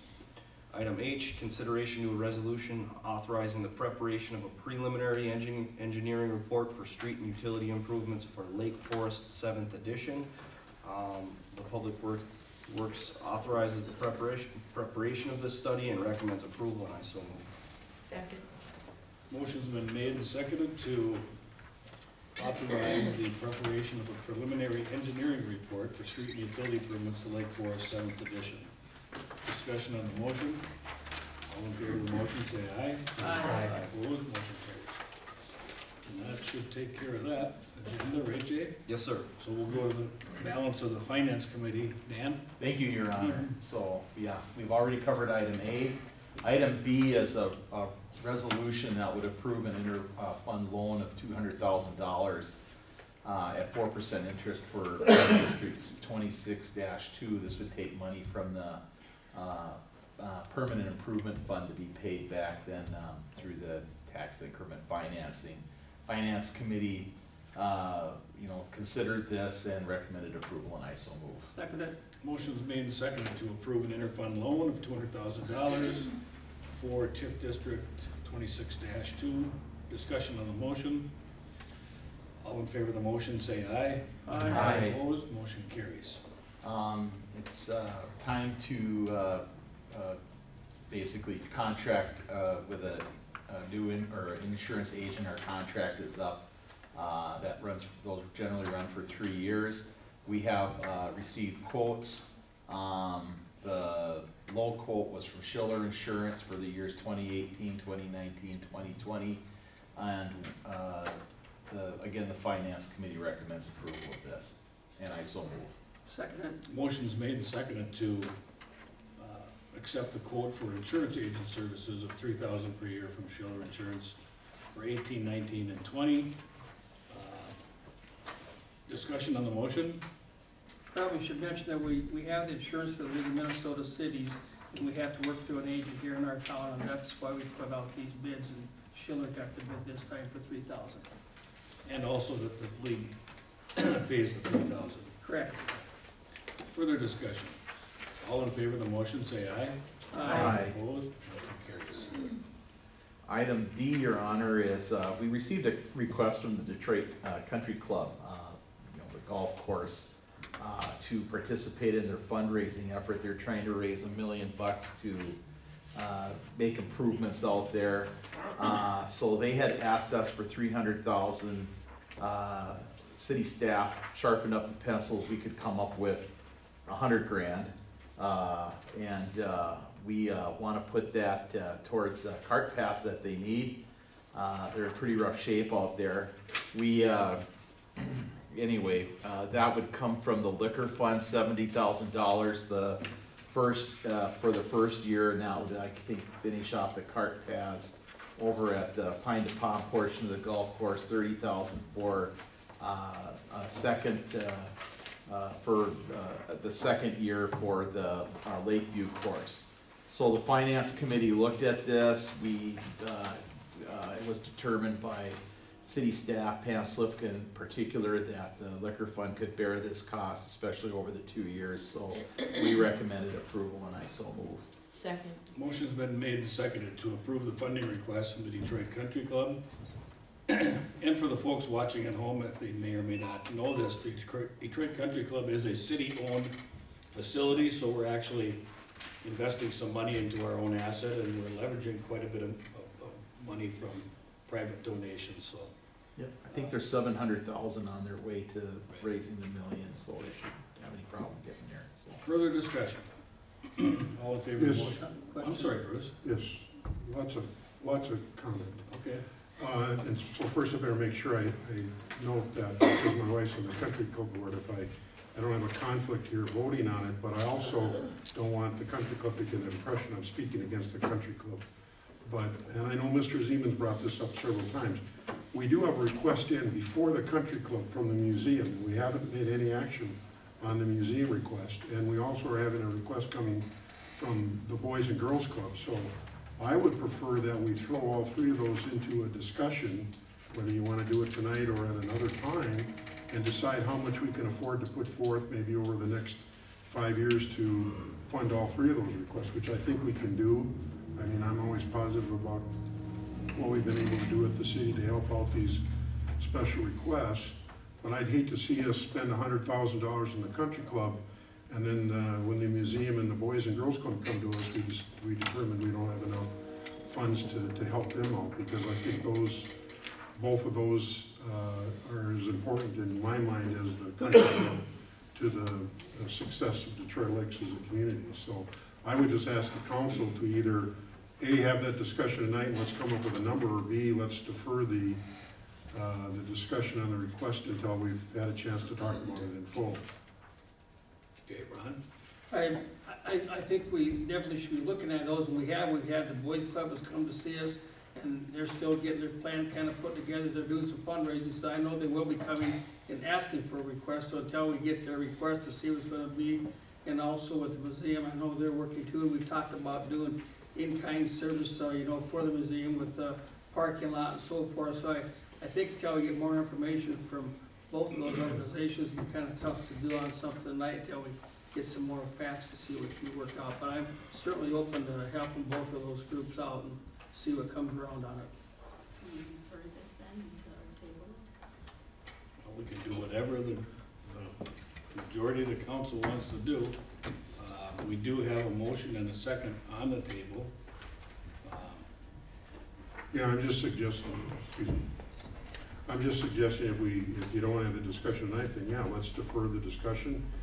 And, I mean, they don't necessarily need to have an answer tonight on the $100,000, and if that's what the council determines is appropriate, that'd be fine, but I'd like to also, I guess I'm suggesting we get a commitment, and we can talk about this stuff and say we support the Boys and Girls and we support the museum, but if you're telling me it's gonna be $100,000 for the country club and we'll throw 20 to the boys and 20 to the museum, I think that's unfair to those entities, because the country club may be important to some of us on the council, the museum may be more important, the Boys and Girls Club may be more important, I don't know, but I'm just suggesting, let's have that discussion first.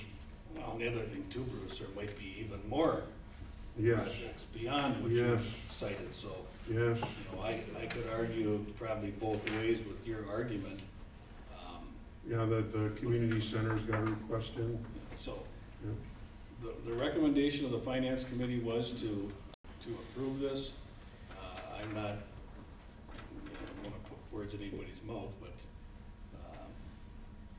that was the recommendation, that's the motion. I guess what I'd like to see is a discussion specific.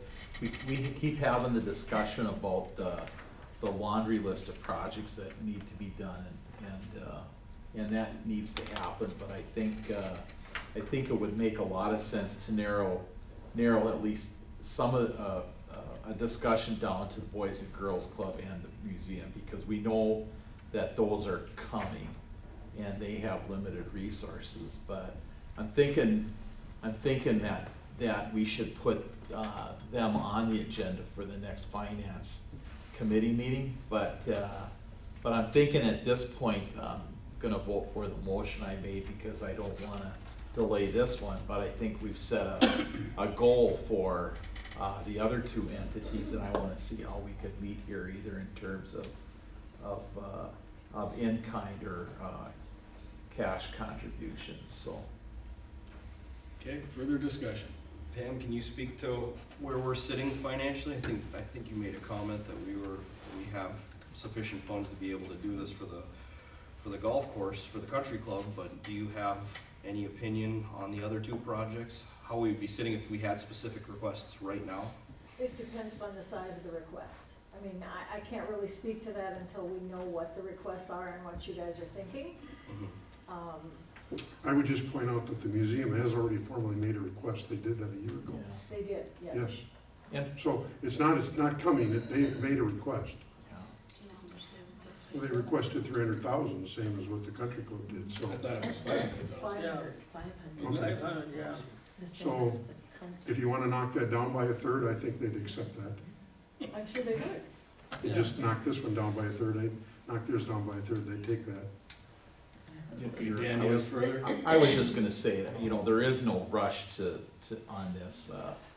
I don't think, we certainly could discuss it in finance along, but I'd like to again limit the discussion then to the other two projects that Bruce made and see how all three of them could be funded. There's at least one other big funding source other than the liquor fund, that could help out with these, but it'd be good to make some kind of decision here soon, because again, we keep going around and around on this, all these projects, and I think if we can even pick these three and support them at some level and then move forward from there, that'd be good, so. So every time we get into this discussion, it becomes more clear to me that we need a sales tax locally here in Detroit Lakes, and that will solve a lot of these problems.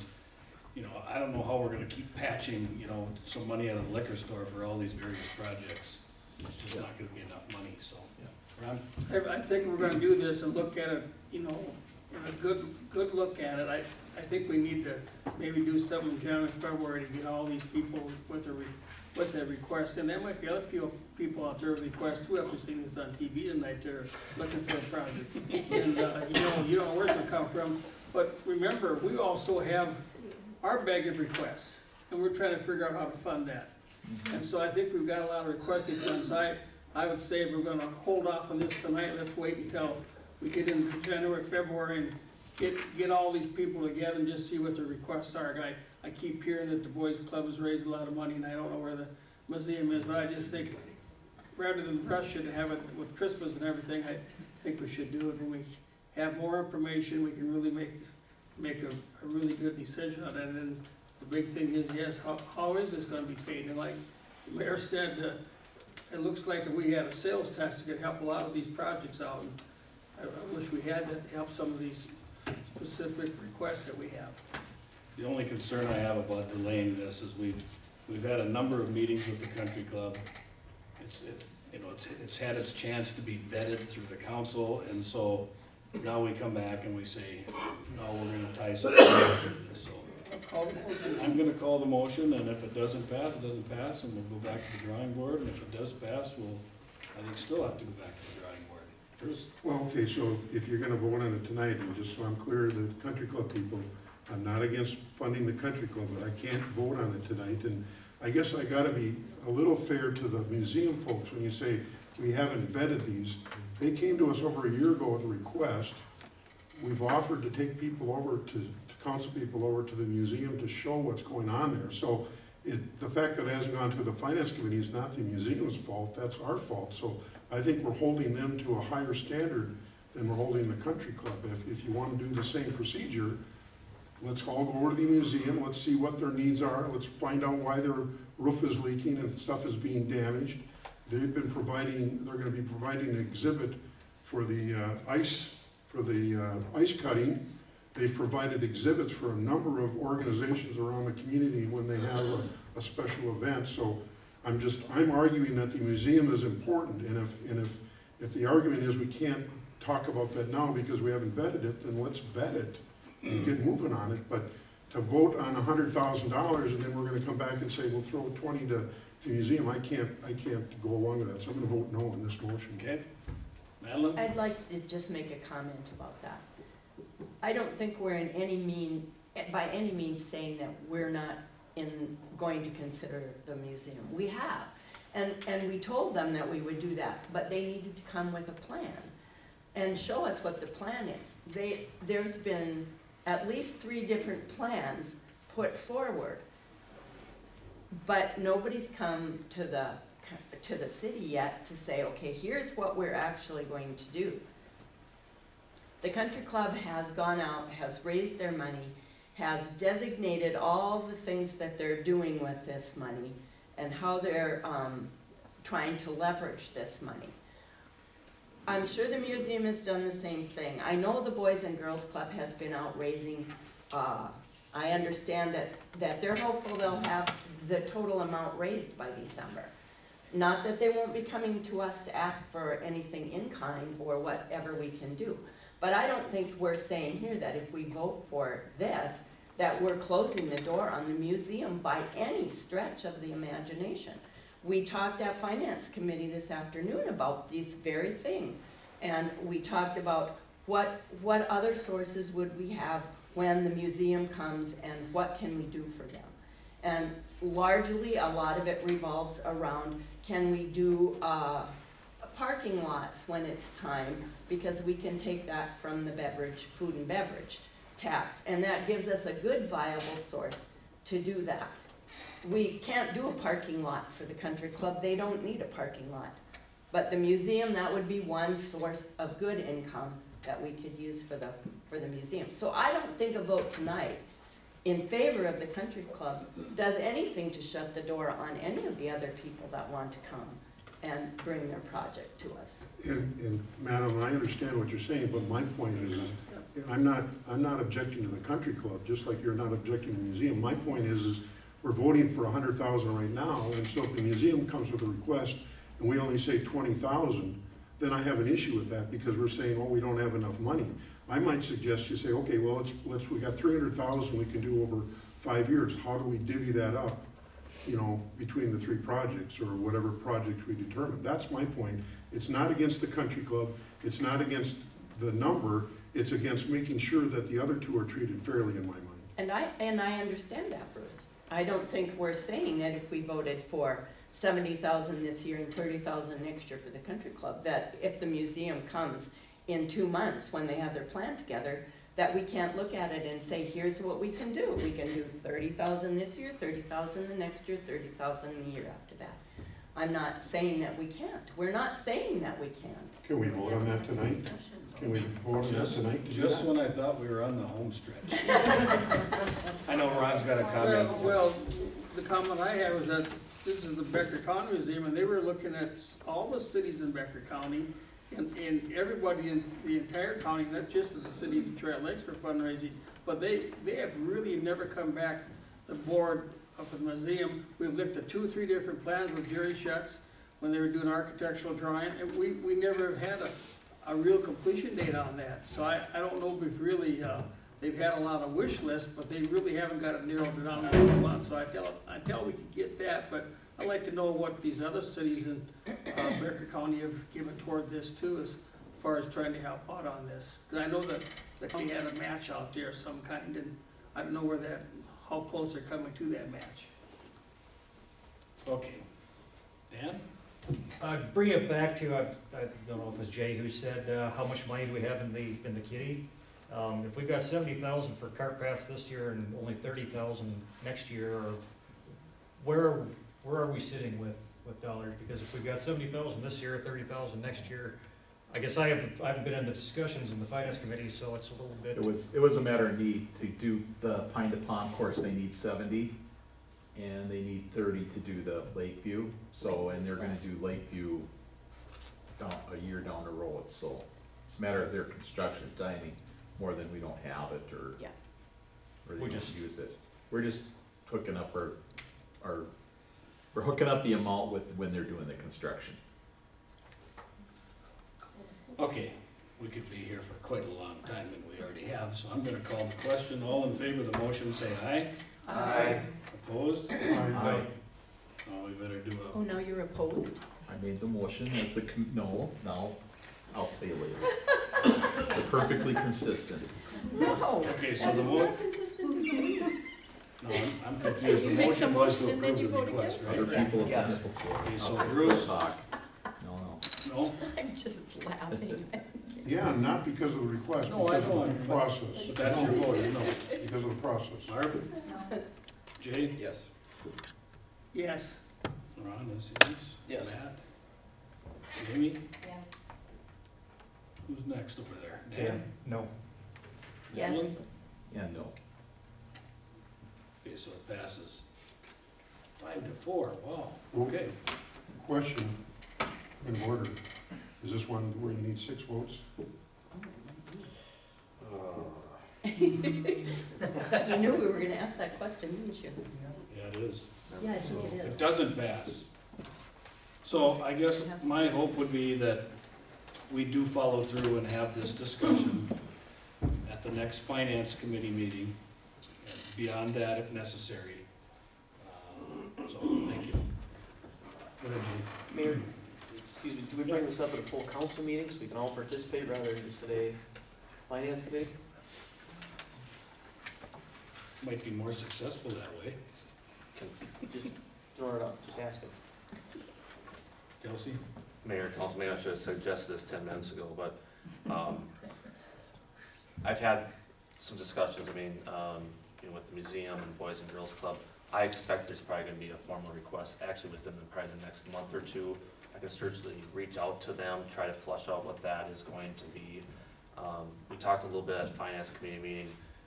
Yes, for this request, we talked about using liquor fund, we talked about food and beverage tax being another revenue source for those other projects.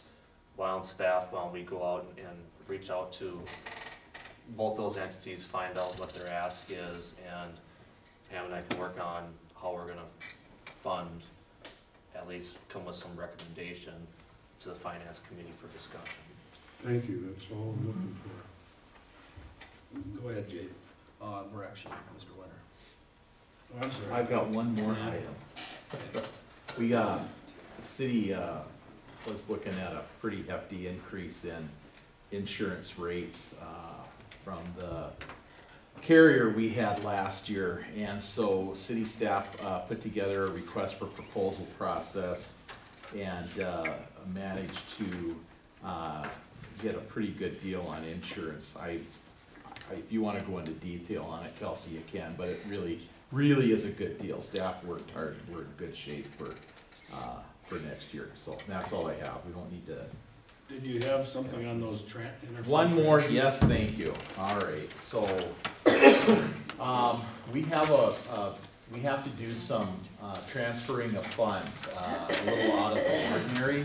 I'm gonna call on Pam Slifka to take and talk about what we need to do here.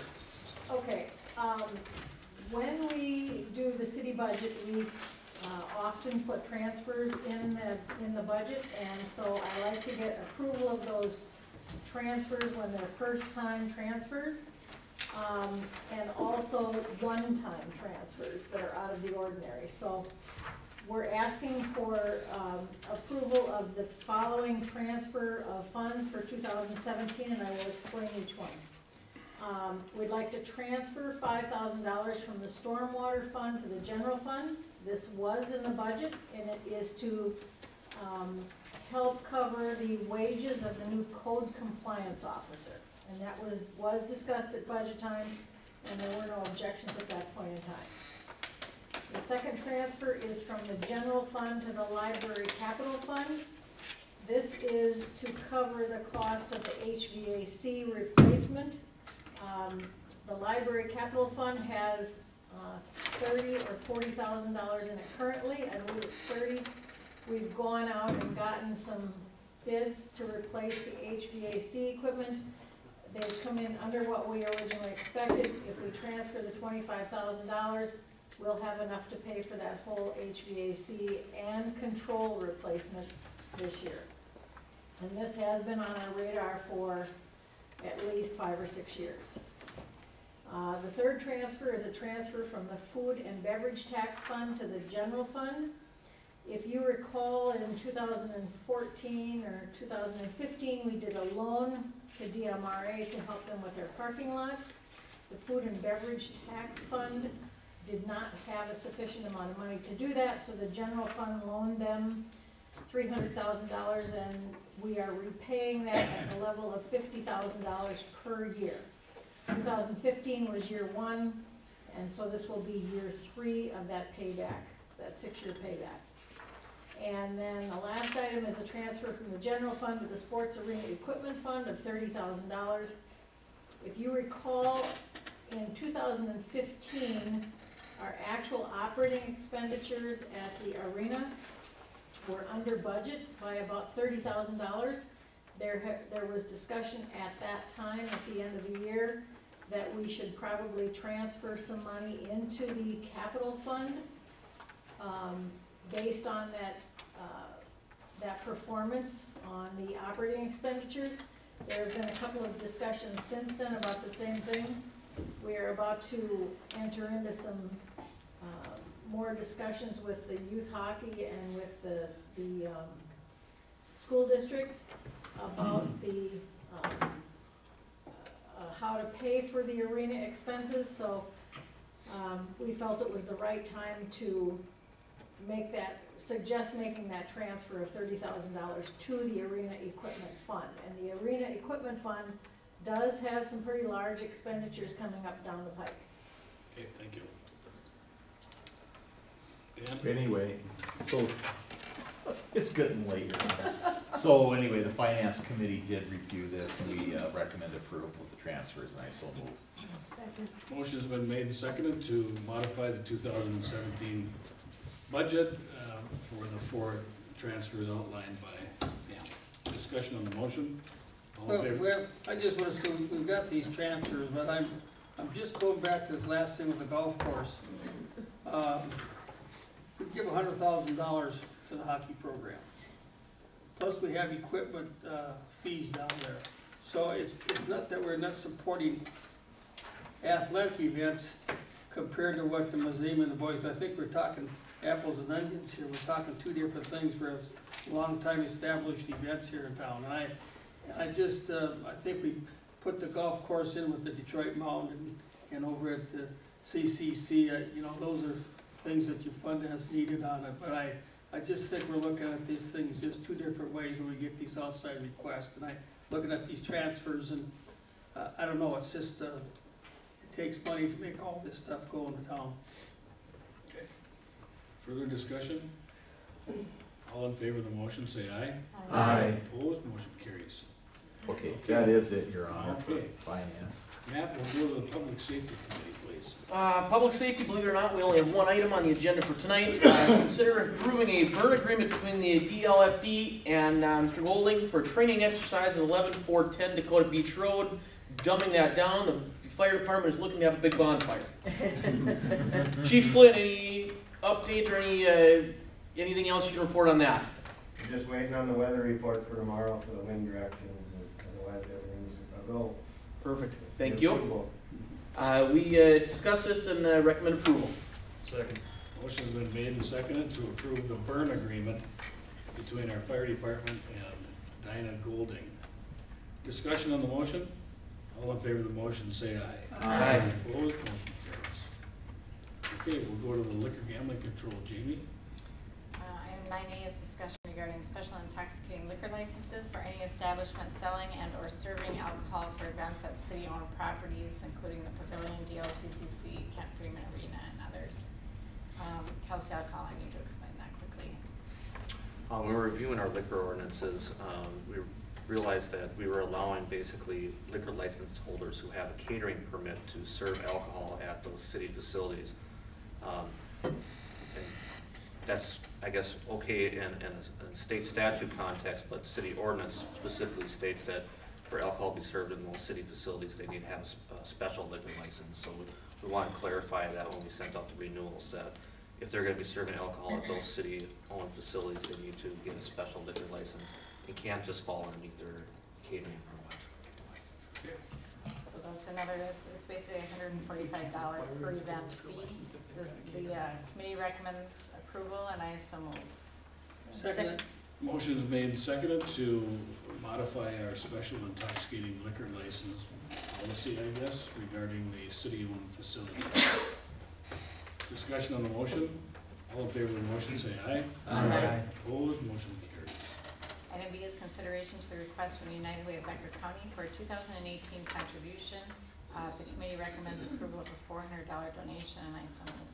Second. Motion's made and seconded to give the United Way of Becker County a $400 donation from the liquor fund. Discussion on the motion.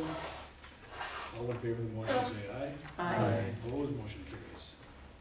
C is consideration to the request from the Detroit Lakes Regional Chamber of Commerce for a donation for the 2017 Light Up the Lakes event. The committee recommends a donation of $300, and I so move. Second.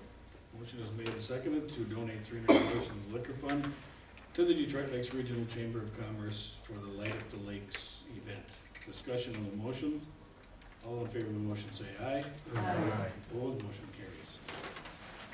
And we're down to the Public Utilities Commission item.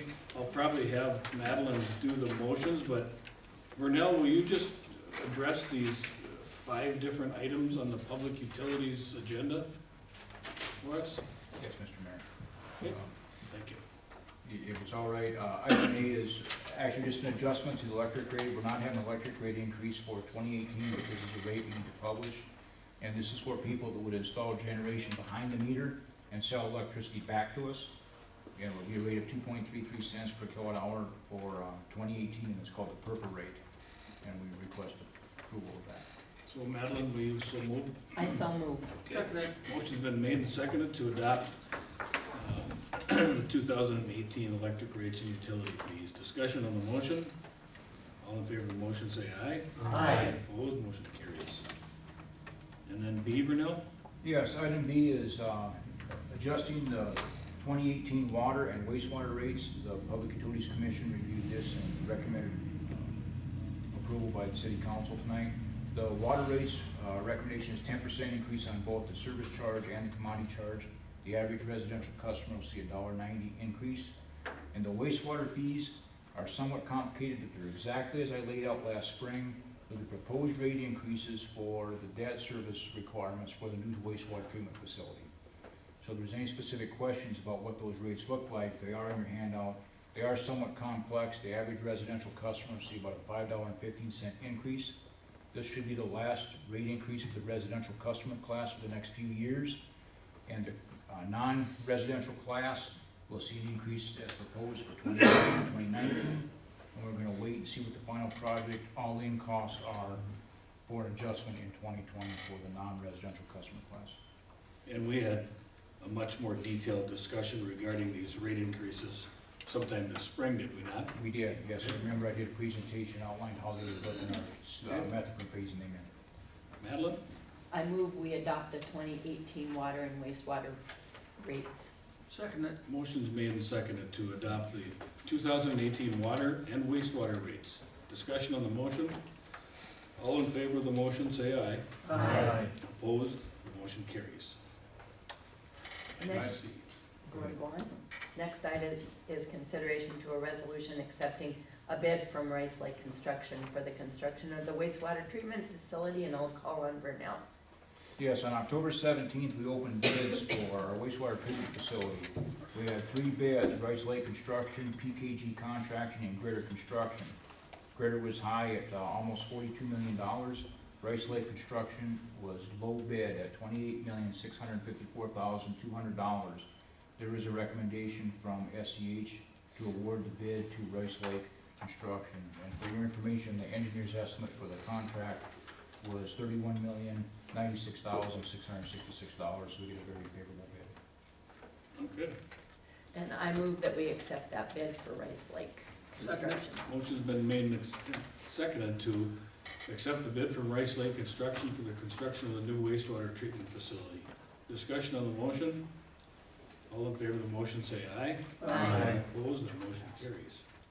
The next is consideration to accepting the quote from Braun Intertech for the materials testing services for the wastewater treatment facility. Vernell, you want to just give us a very brief? Yes, we pulled this out to make sure we found an independent testing company that was not tied to a specific contractor, and also so we didn't have to pay overhead and profit on this. Engineer's estimate for the materials testing was $300,000. Braun came in low at $129,882. And I move that we accept the quote from Braun Intertech. Motion's been made and seconded to accept the quote from Braun Intertech for the materials testing services for the wastewater treatment facility. Discussion on the motion. All in favor of the motion say aye. Aye. Opposed? That motion carries. The last item is consideration to approving the task order number 3 with DGR Engineering for a new south substation in the amount of $246,000. Vernell? Yes, this is just engineering services to design and help us get underway for building new south substation in the proposed area of Highway 59 and County Road 22, and partial engineering services for the 115 kV transmission from by Seven Sisters to that location. I move that we approve the task order number 3 with DGR Engineering. Second it. Motion's been made and seconded to approve task order number 3 with DGR Engineering for the new south substation. Discussion on the motion. All in favor of the motion say aye. Aye. Opposed? That motion carries. Mayor, I would like to call attention to the fact that we owe Vernell another thank you for he went out and found us another $1 million. Oh. And we all like that, don't we? Vernell, maybe you would like to tell us exactly where that's coming from. Yeah, we applied for what's called the Green Project Reserve a few months ago, and that's for energy efficient measures in new facilities, specifically wastewater facilities. And we're eligible up to 25% of the cost for energy efficiency measures inside of our new facility. We outlined about $4.4 million of equipment that's energy conserving measures. So we're eligible for the $1 million. They originally kicked it back. I provided comment back to the PFA and the PCA on that. they since accepted our comments and agreed with us that we are eligible for that $1 million. So just as a sideline, if I can take a quick 30 seconds. I got a notice late today from SCH. It looks like we're in line for the point source implementation grant of $11,469,500. The water infrastructure financing grant of $5 million. The Green Project Reserve Fund of $1 million for total grant eligibility for our project of $17,469,500. Thank you, Vernell, for all your hard work. I don't know if I can rattle all those numbers off on the radio tomorrow. Carol, you got all that? All right, cool. Thanks for that. Okay, we need to adopt a resolution declaring Dan Josephson has no personal financial interest in and derives no personal benefit as a result of the management agreement between the city and Detroit Mountain Recreation Area. So I would entertain a motion to that effect. So moved. Is there a second? Second. Motion's made and seconded to adopt a resolution declaring Dan Josephson has no personal conflict of interest with his service to the Detroit Mountain Recreation Area. Discussion on the motion? I know. All in favor of the motion say aye. Aye. Opposed, motion carries. I would like to recommend to the council the reappointment of Gary Nansen to the Detroit Mountain Recreation Board for another 3-year term. So moved. Second. Motion's been made and seconded to reappoint Gary Nansen to the Detroit Mountain Recreation Board for another 3-year term. Discussion on the motion. All in favor of the motion say aye. Aye. Opposed, motion carries. I don't have any, I'm not ready to do the rest of these. I do see that Lee Kessler's term is going to expire on December 31st. Bruce Imwold's given me a name. If you've got any other names, anybody, you can certainly give those to me for consideration. And of course, Gloria, you'll send Lee a nice letter of appreciation from the council. There's a couple of announcements. There's a public discussion on our 2017 budget and tax levy, which is our truth and taxation meeting, and that'll take place at our December 12th council meeting at 6:01 p.m. We are hosting the next joint governance meeting on January 2nd here at the council chambers at 7 a.m. The other joint governance meeting dates are outlined in the agenda, as well as the city council meeting dates for 2018. And is there any other staff items that need to come to the attention of the council this evening? I don't see any, so Bruce, do you have anything further? As long as you're gonna be on the radio tomorrow, I want you to recognize that it's the Region Girls Swim Coach of the Year.